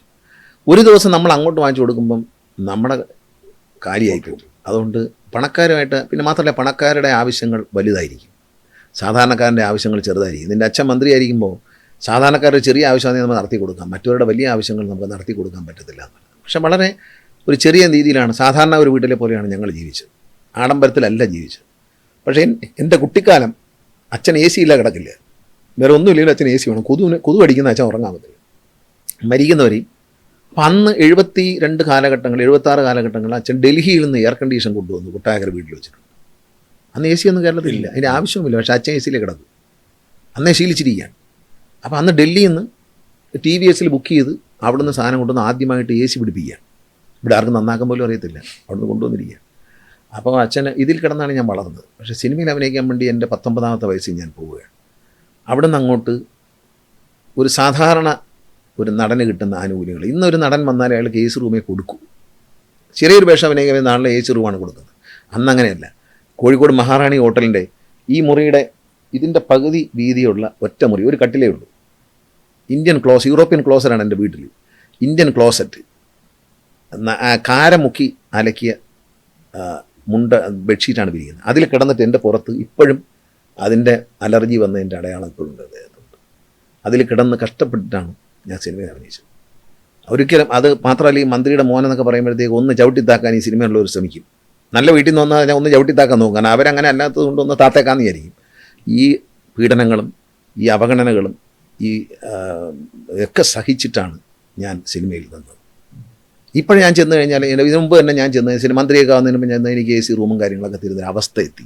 പക്ഷെ തുടക്കം മഹാറാണി ഹോട്ടലിൽ ഒറ്റ മുറിയുണ്ട്, തറയിൽ അഴുക്കാണ്, കാല് ചവിട്ടിയാൽ കറുകറായിരിക്കും. കാരണം പൊടി അടിച്ചിട്ട് അത് നേരെ തുടയ്ക്കാത്ത മൊസൈക്ക്, പഴയ തേഞ്ഞു പോയ മൊസൈക്ക്, ഇന്ത്യൻ ക്ലോസറ്റുള്ള സാധാരണ കൊതുകടിക്കുന്ന AC ഇല്ലാത്ത, ഇങ്ങനെ അഴിയില്ലാത്ത ഒരു മുറിയിൽ കിടന്നിട്ടാണ് എൻ്റെ അഭിനയ ജീവിതം തുടങ്ങുന്നത്. ഞാൻ മുകളിലിരുന്ന ആൾ പടി ഇറങ്ങി താഴെ വന്ന് താഴേന്ന് കയറിയവനാണ്. അതുകൊണ്ട് എനിക്ക് സാധാരണക്കാരൻ്റെ ജീവിതം അറിയാം. ജീവിതത്തിൽ സാമ്പത്തികമായ ബുദ്ധിമുട്ട് വന്ന സമയത്ത് ഒരു ദിവസം പലപ്പോഴും എൻ്റെ വണ്ടി ഇല്ലാതെ ജീവിച്ചിട്ടുണ്ട് ഒരു വർഷത്തോളം. അന്നാണ് ലീഡറുമായിട്ട് എടുക്കുന്നത്. കാരണം ഈ വണ്ടി ഇല്ലാത്തതുകൊണ്ട് എങ്ങും പോകാനൊക്കില്ല. അപ്പോൾ ലീഡറെ കാണാൻ വേണ്ടി നാളെ എന്തെങ്കിലും പുറത്തിറങ്ങണ്ടേ, അങ്ങനെ പടങ്ങളും കുറഞ്ഞു, ഒന്നുമില്ല, വീട്ടിലിരിപ്പാണ്. അപ്പം നടന്ന് ലീഡറെ കാണാൻ പോകും. അപ്പോൾ ആളിൽ വിചാരം ഈവനിങ് വാക്കിന് പോവുകയാണെന്നാണ്. കാറെല്ലാം വിറ്റു. അന്ന് ആദ്യ ഭാര്യ കാർ എടുത്തുകൊണ്ട് കളഞ്ഞു. അവർ കാർ കൊണ്ടുപോയി. അത് 2099 കാലഘട്ടത്തിൽ. അത് ഞാൻ 2001 ഇണങ്ങി വന്നത്. അന്ന് കാറൊന്നുമില്ല, വീട്ടിലൊറ്റയ്ക്ക്. ഒരു സുഹൃത്തിൻ്റെ ഇന്ന് 10,000 രൂപ കടം വാങ്ങിച്ച് 2 മാസം ജീവിക്കുമായിരുന്നു. എൻ്റെ അച്ഛൻ ഒന്നും തരില്ല. ഒന്നും തരില്ല, നിർബന്ധമായിട്ട് തരില്ല. അമ്മയും തരില്ല, അമ്മയുടെ ഇല്ല, അമ്മ അച്ഛൻ കൊടുത്താലേ ഉള്ളൂ. അച്ഛൻ തരത്തില്ല, വാശിയായിരുന്നു. അപ്പോൾ അന്ന് മന്ത്രിയൊന്നുമല്ല. ഞാൻ ബിസിനസ് എല്ലാം, ഒരു ദിവസം എൻ്റെ ബിസിനസ് എല്ലാം ഞാൻ ഷട്ടർ ഇട്ടു. അങ്ങനെ ഞാൻ കടക്കാരനായി. പിന്നെ സീരിയലിൽ അഭിനയിച്ചിട്ട് ഞാൻ എൻ്റെ അമ്മയുടെ പൈസ കൊണ്ട് കൊടുക്കും. അമ്മയാണ് എൻ്റെ കടം തീർത്തത്. എഴുതി വെച്ചിട്ട് ഈ പറഞ്ഞ കണക്ക് പലിശ കൂടുതലോടുകൊണ്ടവരെ ആദ്യം അങ്ങനെ കൊടുത്ത് അതാണ് KSRTC ഉപയോഗിച്ച എക്കണോമിക്സ് എന്ന് പറയുന്നത്, സയൻസ്, സാമ്പത്തിക ശാസ്ത്രം. അതിലാണ് അമ്മ എല്ലാ പൈസയും കൊണ്ട് അമ്മയുടെ കൊടുക്കുമായിരുന്നു. അമ്മ അത് കഴിഞ്ഞ് അമ്മ എനിക്ക് രണ്ടാമതൊരു കാറ് വാങ്ങിച്ചു തന്നു. അതുവരെ എനിക്ക് കാറില്ല. അപ്പോൾ ഒരു ദിവസം സഹോദരി വണ്ടിയുണ്ട്, എൻ്റെ രണ്ടാമത്തെ സഹോദരി ബിന്ദു, അവർ കാറുണ്ട്. അവർ പെട്രോൾ അടിച്ച് തരും, നീ എവിടെയെങ്കിലും പോകുന്നെങ്കിൽ എടുത്തു എന്നും പറഞ്ഞ്. അവർ കാർ ഓടിക്കത്തില്ല, അളിയനും ഓടിക്കത്തില്ല. അപ്പോൾ അവരെ കാർ കിടപ്പുണ്ട്, ആ കാറിൽ പെട്രോളും അടിച്ചു തരും പാവം എനിക്ക്. അന്നും സ്നേഹം എൻ്റെ അടുത്ത്, ഇന്നും സ്നേഹം, അന്ന് സ്നേഹമാണ്. എന്നോട് ഭയങ്കര സ്നേഹം. അപ്പോൾ ഞാൻ അനിയനോട് ഭയങ്കര വീക്ക്നെസ്സാണ്. അപ്പം അന്ന് കാറിൽ പെട്രോൾ അടിക്കാൻ എൻ്റെ കാറും ഇല്ലെന്നറിയാം. അപ്പോൾ അവളുടെ കാർ തരും, ആ കാറിൽ ഞാൻ യാത്രയും പെട്രോൾ അടിച്ച് തരും. അങ്ങനെ പിന്നീട് ഞാൻ ഓരോ പൈസയും സൂക്ഷിച്ച് വെച്ച് ജീവിതം എന്തെന്ന് പഠിച്ചു. രണ്ടാമതും എന്നെ പാപ്പരാക്കി 2013 എല്ലാവരും കൂടെ ചേർന്ന് പാപ്പരാക്കി. അതിലൊക്കെ ഉമ്മൻചാണ്ടിക്കൊക്കെ പങ്കില്ലേ. അങ്ങനെ മിടുക്കനായിട്ട് പിന്നെ പോയാൽ ആ കാര്യങ്ങളൊക്കെ പറയേണ്ടി വരും. അത് പറയുന്നില്ല, കാരണം അതിനൊന്നും എനിക്ക് വിഷമമില്ല. അതൊന്നും ആരും എന്നെ, പലരും പറയാറുണ്ട് എന്നെ, ഞാൻ PC ജോർജ് എനിക്കെതിരെ നിന്ന ആളാണ്. പക്ഷെ ഇന്ന് എന്നെ ഏറ്റവും കൂടുതൽ സ്നേഹിക്കുന്ന ആൾ PC ജോർജ്. പിന്നെ എന്നെ വിളിക്കുകയും എന്നോട് എടാ നിനക്ക് എന്തുണ്ടെങ്കിലും ഞാൻ നിൻ്റെ കൂടെ ഉണ്ടെന്ന് പറയുന്ന അത്ര നല്ല സ്നേഹമാണ്. ഞാനും അദ്ദേഹത്തോട് വേണമെങ്കിൽ പക തോന്നിക്കൂടെ എനിക്ക്? അദ്ദേഹത്തിനോട് വന്ന പകയാണോ ഉമ്മൻചാണ്ടിയോട് തോന്നുന്നു? എനിക്കെതിരെ ഫൈറ്റ് ചെയ്യുന്ന ആളാണ് PC ജോർജ്. അദ്ദേഹം എന്നെ ഇന്നും ചേട്ടാന്ന് വിളിക്കും, ഞാൻ അങ്ങോട്ട് വിളിക്കും, എന്നെ ഇങ്ങോട്ട് വിളിക്കും. ഞാൻ അങ്ങോട്ട് വിളിക്കാൻ താമസിച്ചാൽ 2-3 ദിവസം കഴിയുമ്പോൾ നീ എന്തോടാ നിന്നെ കാണുന്നില്ല എവിടെയെന്ന് ചോദിച്ച് വിളിക്കുന്ന ആ സ്നേഹബന്ധമുണ്ട് എനിക്ക്. അത്ഭുതകരമായ ബന്ധമല്ലേ. അദ്ദേഹത്തിന് എനിക്ക് വല്ല വിരോധമുണ്ടോ? എന്നോട് അദ്ദേഹത്തിന് വല്ല വിരോധമുണ്ടോ? എന്നോട് എപ്പോഴും പറയണം നിൻ്റെ കൂടെ ഞാനുണ്ട്, നീ വിഷമിക്കണ്ട, ഞാൻ നിനക്ക് എന്തിനും നിൻ്റെ കൂടെ. ആ സ്നേഹബന്ധം. അതെ, പക്ഷെ അദ്ദേഹം ഇന്ന് എന്നെ സ്നേഹിക്കുന്നു എന്നുള്ളതാണ് എൻ്റെ ഏറ്റവും വലിയ ഭാഗ്യം. ഷിബുവായിട്ടുള്ള പ്രശ്നം തോന്നുന്നു? ഷിബുവായിട്ട് പ്രശ്നമില്ല, ഷിബു തന്നെ ഉണ്ടാക്കിയ പ്രശ്നമാണ്. ഷിബു കഴിഞ്ഞോണ്ട് എനിക്കൊരു ശത്രുവല്ലല്ലോ, ഞാൻ അദ്ദേഹത്തോട് എന്ത് പറയാൻ. അദ്ദേഹം എൻ്റെ ഒരു നല്ല സുഹൃത്തായിരുന്നു. അദ്ദേഹത്തിന് ആരുമില്ലായിരുന്ന കാലത്ത് ഞാൻ കൂടെ ഉണ്ടായിരുന്നു. സമ്പത്തില്ലാത്ത അദ്ദേഹത്തിന് കൂട്ടുകാരൊന്നും എല്ലാം ഉപേക്ഷിച്ചവർ എല്ലാവരും ഉപേക്ഷിച്ച് പോയപ്പോൾ ഞാനായിരുന്നു ആ ഏക സുഹൃത്ത്. എല്ലാം താങ്ങും തണലുമായിട്ടിരുന്നു. പക്ഷേ അദ്ദേഹം മറന്നുപോയെങ്കിൽ നമുക്കൊന്നും ചെയ്യാൻ പറ്റത്തില്ല. ഞാനങ്ങനെ മറക്കുന്നവനല്ല, എനിക്ക് അയാളുടെ അടുത്തൊരു വിരോധമില്ല. അദ്ദേഹം ഓർത്താൽ മതി, അദ്ദേഹത്തിന് ആരുമില്ലാത്ത കാലത്ത്, മന്ത്രിയൊന്നും അല്ലാത്ത കാലത്ത്, തോറ്റു വീട്ടിലിരിക്കുന്ന കാലത്ത് കൂടെ നടക്കാനും കൂടെ കൊണ്ടു നടക്കാനും ഗണേഷ് കുമാർ മാത്രമേ ഉള്ളൂ. ഒരിക്കൽ ഞാനും ഇദ്ദേഹം കൂടെ കാറിൽ യാത്ര ചെയ്യുമ്പോൾ, തുറന്നങ്ങ് പറയാം, നടന്ന സംഭവമാണ്. തിരുവനന്തപുരത്ത് നിന്ന് കൊല്ലത്തേക്ക് പോവുകയാണ്. ചവറയിലൊരു മരണം നടന്ന് എൻ്റെ കൂടെ ഒന്ന് വാന്ന് പറഞ്ഞ് അങ്ങനെ ഞങ്ങൾ ഒരുമിച്ച് കാറിൽ പോവുകയാണ്. പോകുമ്പം എൻ്റെ ഫോണിലേക്ക് മോഹൻലാൽ വിളിക്കുക. ഇവരടുത്ത സുഹൃത്തുക്കളാണല്ലോ. അപ്പോൾ ഞാൻ പറഞ്ഞു ഷിബു എൻ്റെ കൂടെ ഉണ്ട് എന്ന് പറഞ്ഞ് മോഹൻലാൽ എന്നോട് സംസാരിച്ചു. അദ്ദേഹം ഫോൺ വെച്ചു. അപ്പോൾ എന്നോട് സങ്കടത്തോടെ പറഞ്ഞു, ലാൽ പോലും എന്നോടൊന്ന് എൻ്റെ അടുത്ത് ഫോൺ കൊടുക്കാൻ പറഞ്ഞില്ല, എനിക്ക് വിഷമമുണ്ടെന്ന് പറഞ്ഞു. സങ്കടപ്പെട്ടു. ഞാൻ സാരമില്ല എന്നൊക്കെ പറഞ്ഞ് ആശ്വസിപ്പിച്ചു. ഞാനതൊന്നും മറന്നിട്ടില്ല. പുള്ളിയുടെ ഇപ്പോൾ ചോദിച്ചാൽ പറഞ്ഞാൽ അയാൾ കള്ളം പറയുന്നതെന്ന് പറയും. എനിക്കിപ്പോൾ കള്ളം പറയേണ്ട കാര്യം എന്തോ? ഷിബു ബേബിയുമായിട്ട് ഇണങ്ങിയത് കൊണ്ട് എൻ്റെ ശമ്പളം കൂട്ടി തരുമോ? ഇല്ലല്ലോ. പെൻഷൻ വർദ്ധിപ്പിക്കുമോ? ഇല്ലല്ലോ, ഒന്നുമില്ല. പക്ഷെ ഞാൻ ആരോടും പിണങ്ങിയിട്ടുമില്ല, ആരെയും ദ്രോഹിച്ചിട്ടുമില്ല. ഞാൻ ഒരു കാര്യം ഉറപ്പിച്ച് പറയാം, ഒരാളെ ഞാൻ ദ്രോഹിക്കില്ല. ഞാൻ എൻ്റെ പ്രവൃത്തികൾ മുഴുവൻ ദൈവം കാണുന്നു എന്ന് വിശ്വസിക്കുന്ന ആളാണ് ഞാൻ. അതുകൊണ്ട് ഒരു കാരണവശാലും ദ്രോഹിക്കില്ല. എനിക്ക് ദൈവത്തെ പേടിയാണ്. ഞാൻ തെറ്റ് ചെയ്യാൻ പാടില്ല എന്ന് ദൈവത്തിന് പറഞ്ഞു. ഞാൻ ഒരാൾക്കും ദ്രോഹം വരുന്ന കാര്യങ്ങൾ ചെയ്യത്തില്ല, പറയത്തില്ല. തമാശകളൊക്കെ പറയും, അത് മുമ്പിൽ വെച്ചേ പറയുള്ളൂ. ഞാൻ ഏറ്റവും നല്ല ബന്ധം പുലർത്തുന്നത് സ്പീക്കർ ഷംസീറുമായിട്ടാണ്. എൻ്റെ സ്വന്തം അനിയനെ പോലെയാണ്. ആ ഒരു കുടുംബ ഭയങ്കര, ഞങ്ങൾ വളരെ എൻ്റെ ജീവിതത്തിൽ ഏറ്റവും നല്ല ഒരു സ്നേഹം, ഒരു അനിയനെ പോലെ എന്നെ സ്നേഹിക്കുകയും ഞാൻ സ്നേഹിക്കുകയും ചെയ്യുന്നത്. ഇപ്പോഴോ ഈ പണ്ട് ഇവിടെ MLA വന്ന കാലം മുതൽ, അദ്ദേഹം വന്നിട്ട് രണ്ടാമത്തെ ടൈമാണ്. ആദ്യത്തെ ടൈം വരുന്ന കാലം തൊട്ട് ഞാൻ ചേട്ടനും ഷംസീർ അനിയനുമാണ്. നിയമസഭയിൽ എല്ലാവർക്കും അറിയാം ചേട്ടനും അനിയനുമാണെന്ന് എല്ലാവർക്കും അറിയാം. ഭയങ്കര സ്നേഹമാണ്. എൻ്റെ വീടുമായിട്ടും എല്ലാവരുമായിട്ടും ബന്ധമാണ്. എൻ്റെ മക്കളുമായിട്ടും ഭാര്യയായിട്ടൊക്കെ ഭയങ്കര സൗഹൃദവും സ്നേഹവും നല്ല ഒരു കുടുംബ ബന്ധുവാണ്. നമ്മൾ കാണുന്ന ആളല്ല ഷംസീർ. ഇത്രയും നിഷ്കളങ്കനും സാധുവായിട്ടൊരാളില്ല. അത്രയും പാവം, ഒരു കള്ളത്തരവും ഇല്ല. ആളുകളോട് ബഹുമാനത്തോടെ പെരുമാറും. അതിൻ്റെ ഒരു ഉദാഹരണം ഞാൻ പറയാം. ആരാണ് ഷംസീർ? നല്ല തറവാട്ടിൽ ജനിച്ചവർ. ചില ആളുകളുണ്ട്, നമ്മളെ ആദ്യം സാറേന്ന് വിളിക്കും, പിന്നെ ചേട്ടാന്ന് വിളിക്കും, പിന്നെ ഓയ് എന്ന് വിളിക്കും, എന്ന് വിളിക്കും, പിന്നെ നിങ്ങളെന്ന് വിളിക്കും, ഹലോ എന്നൊക്കെ വിളിക്കും. വിളി മാറി മാറി വരും. അത് തറവാട്ടി പറക്കാത്തവരാണ്. ഷംസീർ അന്നും ചേട്ടാന്ന് തന്നെ വിളിക്കുന്നത്. സ്പീക്കർ അതിന് ശേഷം അറിയാതെ ചേർലിക്ക് പോലും ചേട്ടാ വന്നു പോകും. അത്രയ്ക്ക് സ്നേഹമാണ്. ഗണേശേട്ടാന്ന് വിളിച്ചു പോകും. അത്ര വിളിക്കാൻ പാടില്ലെങ്കിൽ പോലും അദ്ദേഹം അറിയാതെ വിളിച്ചു പോകുന്ന ആ സ്നേഹമുള്ളതാണ്. അതിൻ്റെ ഒരു ഉദാഹരണം പറയാം. അദ്ദേഹത്തിൻ്റെ ഗുണം എന്താണെന്ന് മനസ്സിലാക്കേണ്ടത്, അയാളൊരു നല്ല തറവാട്ടി ജനിച്ച ആളാണെന്ന് പറയാൻ കാര്യം, എൻ്റെ ഡ്രൈവറുണ്ട് ശാന്തൻ. ശാന്തനെ ഷംസീർ കാണുന്ന തൊട്ട് ശാന്തൻ ചേട്ടാന്നാണ് വിളിക്കുന്നത്. ഈ അടുത്ത കാലത്ത് കുറേ സ്പീക്കർ ആയതിനു ശേഷം ഷംസീർ എൻ്റെ ഷൂട്ടിംഗ് സെറ്റിൽ വന്നു. നേരിൻ്റെ ഷൂട്ടിംഗ് നടക്കുന്നത്. ലാലേട്ടനുണ്ട്, ഞങ്ങളെല്ലാവരും ഉണ്ട്. പോകാൻ നേരം, വണ്ടി കയറാൻ നേരം ശാന്തനോട് നിൽപ്പുണ്ട്. ശാന്തൻ ചേട്ടാ പോയിട്ട് വരാം എന്ന് പറഞ്ഞു. ഈ ശാന്തൻ തന്നെ, അവൻ തന്നെ അന്തം വിട്ടുപോയി. കാരണം സ്പീക്കറാണേ, ഒരു ചേഞ്ചും ഇല്ലാതെ ശാന്തൻ ചേട്ടാന്ന് വിളിക്കുന്നത്, അതാണ് ഷംസീർ. എനിക്കൊരു പരിചയമില്ല. പരിചയപ്പെടണം, അത് വളരെ നല്ല. ഇപ്പോൾ NSSുമായിട്ടൊരു പ്രശ്നമുണ്ടായി, അത് തീർന്നല്ലോ. ഇന്നലെ ജനറൽ സെക്രട്ടറി ഞങ്ങളെ ഷംസീറുമായിട്ട് പ്രശ്നമില്ല, അത് തീർന്നു. ഷംസീറിൻ്റെ ശുദ്ധത എന്താണെന്ന് ഞാൻ പറഞ്ഞ് മനസ്സിലാക്കിയപ്പോൾ ഷംസീറിനുള്ള പ്രശ്നം തീർന്നു. ഷംസീർ നമ്മളെ രാഷ്ട്രീയത്തിൽ ഞാൻ നല്ല ബന്ധം പുലർത്തുന്ന ഒരാളാണ്. മുനീറിനോടുള്ളതുപോലെ, മുനീർ അതുപോലെ എന്നോട് ഭയങ്കര ഞാൻ സ്നേഹം. മുനീർ നല്ലൊരു വ്യക്തിയാണ്, എനിക്ക് ഭയങ്കര സ്നേഹബന്ധമുള്ള. എനിക്ക് വളരെ മുനീർ ഒരിക്കലും ഒരു മാറ്റവും, നിങ്ങൾ ഷിബുവിനെ പറ്റിയൊക്കെ ചോദിച്ചല്ലേ, മുനീർ ഒരു മാറ്റവും ഇല്ലാത്ത നല്ല സുഹൃത്താണ്, ബഹുമാനം തോന്നുന്ന സുഹൃത്താണ്. അതുപോലെ തന്നെയാണ് ഷംസീർ. നമുക്ക് സ്നേഹിക്കാൻ കൊള്ളാവുന്ന ഒരു വ്യക്തിയാണ്. ഒരിക്കൽ ഷംസീറിനെ പരിചയപ്പെട്ട ആൾ ഷംസീറിനെ മറക്കില്ല. ഞാൻ പരിചയപ്പെട്ടാൽ മറക്കില്ല. ഈ പറഞ്ഞൊരു ഉദാഹരണമാണ്. എൻ്റെ ഡ്രൈവറാണ്, ശാന്തൻ ചേട്ടൻ എന്നാണ് വിളിച്ചുകൊണ്ടിരുന്നത്, പ്രായം കൊണ്ട് വിളിച്ചതാണ്. പക്ഷേ ആളുകൾ നിൽക്കുന്നിടത്ത് വെച്ച് സ്പീക്കർ സ്റ്റേറ്റ് കാറിൽ കയറി ഇരുന്നിട്ട് ശാന്തൻ ചേട്ടാ പോയിട്ട് വരാം എന്ന് പറയുന്ന ആ നന്മ, അതൊരാടെ അച്ഛനും അമ്മയും വളർത്തിയ നന്മയാണ്. മക്കൾ എന്ത് ചെയ്യുന്നു? എൻ്റെ മക്കൾ ഒരാൾ 2 പേരാണ്. 3 പേര്. മൂത്ത മകൻ പിന്നെ ഇറ്റലിയിലാണ്, അവൻ ബിസിനസ്സാണ്, അവിടെ ബാങ്കിൽ ജോലി ചെയ്യും. രണ്ടാമത്തെ ആൾ ഓട്ടോമൊബൈൽ എഞ്ചിനീയറിംഗ് ഡിസൈനിങ് പഠിച്ചിട്ട് തമിഴ്നാട്ടിൽ ബിസിനസ്സാണ്. അവൻ്റെ ഫ്രണ്ട്സൊക്കെ ആയിട്ട് ചേർന്നിട്ട് ഈ ഡ്രോണും ഒക്കെ ആയിട്ട് ബന്ധപ്പെട്ട ബിസിനസ്സാണ്. മൂന്നാമത്തെ ആൾ +2 കഴിഞ്ഞ് ഇപ്പം ഡിഗ്രിക്ക് ചേർന്നു, ബിസിനസ് മാനേജ്മെൻറ്റ് പഠിക്കും. രാഷ്ട്രീയത്തിൽ താല്പര്യമില്ല? ഇല്ല, അവർക്കൊന്നും രാഷ്ട്രീയത്തിൽ താല്പര്യമില്ല. സിനിമയിൽ താല്പര്യമുണ്ട്. ചെറിയ ആൾ ആദ്യ സിനിമയിൽ അഭിനയിച്ചിട്ടുണ്ട്. രണ്ടാമത്തെ ആദിത്യൻ പിന്നെ ഇപ്പം സിനിമയിൽ അഭിനയിക്കുന്നു. ഇപ്പം തുടക്കം എന്ന് പറഞ്ഞ ലാലേട്ടൻ്റെ മകൾ അഭിനയിക്കുന്ന പടത്തിൽ അവൻ അഭിനയിക്കുന്നുണ്ട്. പിന്നെ വല എന്ന് പറഞ്ഞൊരു പടത്തിൽ സുരേഷ് ഗോപിയുടെ മക്കളും മോനും ഒക്കെ ഉണ്ട് അതിനകത്ത്. ആ പടത്തിൽ ഷൂട്ടിംഗ് നടന്നുകൊണ്ടിരിക്കുന്നത്. അതിൽ പുതിയ കുടുംബജീവിതം എങ്ങനെ പോകുന്നു? സന്തോഷമായിട്ട് പോകുന്നു. എവിടെ, തിരുവനന്തപുരത്താണോ മിക്കവാറും അതോ? അല്ല, തിരുവനന്തപുരത്തും ആളാത്തും ഒക്കെ ആയിട്ടാണ്. ഈ NSSന്റെ ഉന്നത പദവിയിലേക്കൊക്കെ നോമിനേറ്റ് ചെയ്യാൻ മാത്രമേ അങ്ങനെ ഈ രാഷ്ട്രീയവും സിനിമയൊക്കെ അതെങ്ങനെ അങ്ങനെ സംഭവിച്ചത്? അതിൽ ആ ഒരു ബന്ധം എങ്ങനെ ഉണ്ടായി? സജീവമായി അച്ഛനുമായിട്ട് അച്ഛനുള്ളപ്പോൾ തന്നെ ഞാൻ NSSന്റെ ഡയറക്ടർ ബോർഡില്ല, വൈസ് പ്രസിഡന്റ് ആയിരുന്നു താലൂക്ക് ഇലക്ഷൻ. താലൂക്ക് യൂണിയനകത്ത് ഇലക്ഷൻ വന്നിട്ട് തന്നെയാണ് ജയിച്ചത്, അല്ല അച്ഛൻ മകനെ തിരികെ കയറ്റിയൊന്നുമല്ല. ഞാൻ നിന്നു. അപ്പോൾ ഇലക്ഷൻ വന്നു, ഒരു പാനൽ മത്സരിച്ചു, അത് ഏറ്റവും കൂടുതൽ വോട്ടോടുകൂടി ജയിച്ചത് ഞാനാണ്. അപ്പോൾ എന്നോട് ആ ഒരു സ്നേഹം ആ നാട്ടിലെ സമുദായ അംഗങ്ങളുള്ളതുകൊണ്ട് എന്നെ തിരഞ്ഞെടുത്തു. അച്ഛൻ്റെ മരണശേഷം ഞാൻ വൈസ് പ്രസിഡന്റ് ആയിരുന്നു, ഞാൻ പ്രസിഡന്റായി. അപ്പോൾ സ്വാഭാവികമായിട്ടും ഈ പത്തനാപുരം താലൂക്കിൻ്റെ എല്ലാ വളർച്ചയുടെയും പുറകിൽ 64 വർഷം അച്ഛനാണ് പ്രവർത്തിച്ചത്. അപ്പോൾ അച്ഛനുള്ള സ്നേഹം എന്നോടുണ്ട്. NSS എന്നെ ഈ ഡയറക്ടർ ബോർഡിലേക്ക് എടുക്കാനുള്ള കാരണം തന്നെ അച്ഛൻ്റെ ഒരു കെയറോഫിലാണ്. കാരണം ബാലകൃഷ്ണപിള്ള അച്ഛൻ ഡയറക്ടർ ബോർഡും പറയായിരുന്നല്ലോ മരിക്കുമ്പോൾ. അപ്പം അദ്ദേഹത്തിൻ്റെ മകനെ അല്ല, ആ സാഹചര്യം ഇതുമായിട്ട് ബന്ധമൊന്നുമില്ല. ഞാനിത് അറിഞ്ഞിട്ടില്ല. ഞാൻ ജനറൽ സെക്രട്ടറിയോട് പറഞ്ഞിട്ടുള്ള സാർ എനിക്ക് ഒരുപാട് തിരക്കുള്ള ആളാണ്, 1000 ജോലികളുണ്ട്, അതുകൊണ്ട് സാർ എനിക്കൊരു സാധനം തരണ്ട, ഞാൻ കൂടെ എൻ്റെ അച്ഛൻ മരിക്കുമ്പോൾ എന്നോട് പറഞ്ഞിരുന്നു, നീ സുകുമാരൻ നായർ കൂടെ നിൽക്കണം ആണോ എന്ന് അച്ഛൻ എന്നോട് പറഞ്ഞിരുന്നു. പിന്നെ NSSൻ്റെ ഔദ്യോഗിക വിഭാഗത്തിനെതിരെ ഒരിക്കലും നിൽക്കരുത്. മന്നത്ത് പത്മനാഭൻ ഒരുപാട് കഷ്ടപ്പെട്ടുണ്ടാക്കിയൊരു സ്ഥാപനമാണ്. നമ്മളൊരിക്കലും, ഇതാണ് അച്ഛൻ ഉപയോഗിച്ചത്, നമ്മളൊരിക്കലും അതിനെതിരെ നിൽക്കാൻ പാടില്ല. വേണ്ടെങ്കിൽ മാറിപ്പോയിക്കോളൂ, അല്ലാതെ ഒരു ശല്യവും ചെയ്യാൻ പാടില്ല എന്ന് പറഞ്ഞു. ഔദ്യോഗിക വിഭാഗത്തെ ആരായാലും അവരെ എതിർക്കാൻ പാടില്ല എന്ന് പറഞ്ഞു. പിന്നെ സുകുമാരൻ നായർ നല്ല സത്യസന്ധമായിട്ട് കാര്യം ചെയ്യുന്ന അദ്ദേഹത്തിൻ്റെ കൂടെ നീ നിന്നോണം എന്ന് എന്നോട് പറഞ്ഞു. അത് ഞാൻ അദ്ദേഹത്തിന് സാറിൻ്റെ കൂടെ ഞാൻ കാണും, സാർ എനിക്കൊരു സ്ഥാനവും വേണ്ട. ഒരു ദിവസം രാത്രി അദ്ദേഹം എന്നെ വിളിച്ചു പറഞ്ഞു, നാളെ രാവിലെ വരണം, ഡയറക്ടർ ബോർഡിലേക്ക് നിങ്ങൾ ഗണേശനെ എടുക്കാൻ ഞങ്ങൾ തീരുമാനിച്ചു, വന്ന് നോമിനേഷൻ കൊടുക്കണം.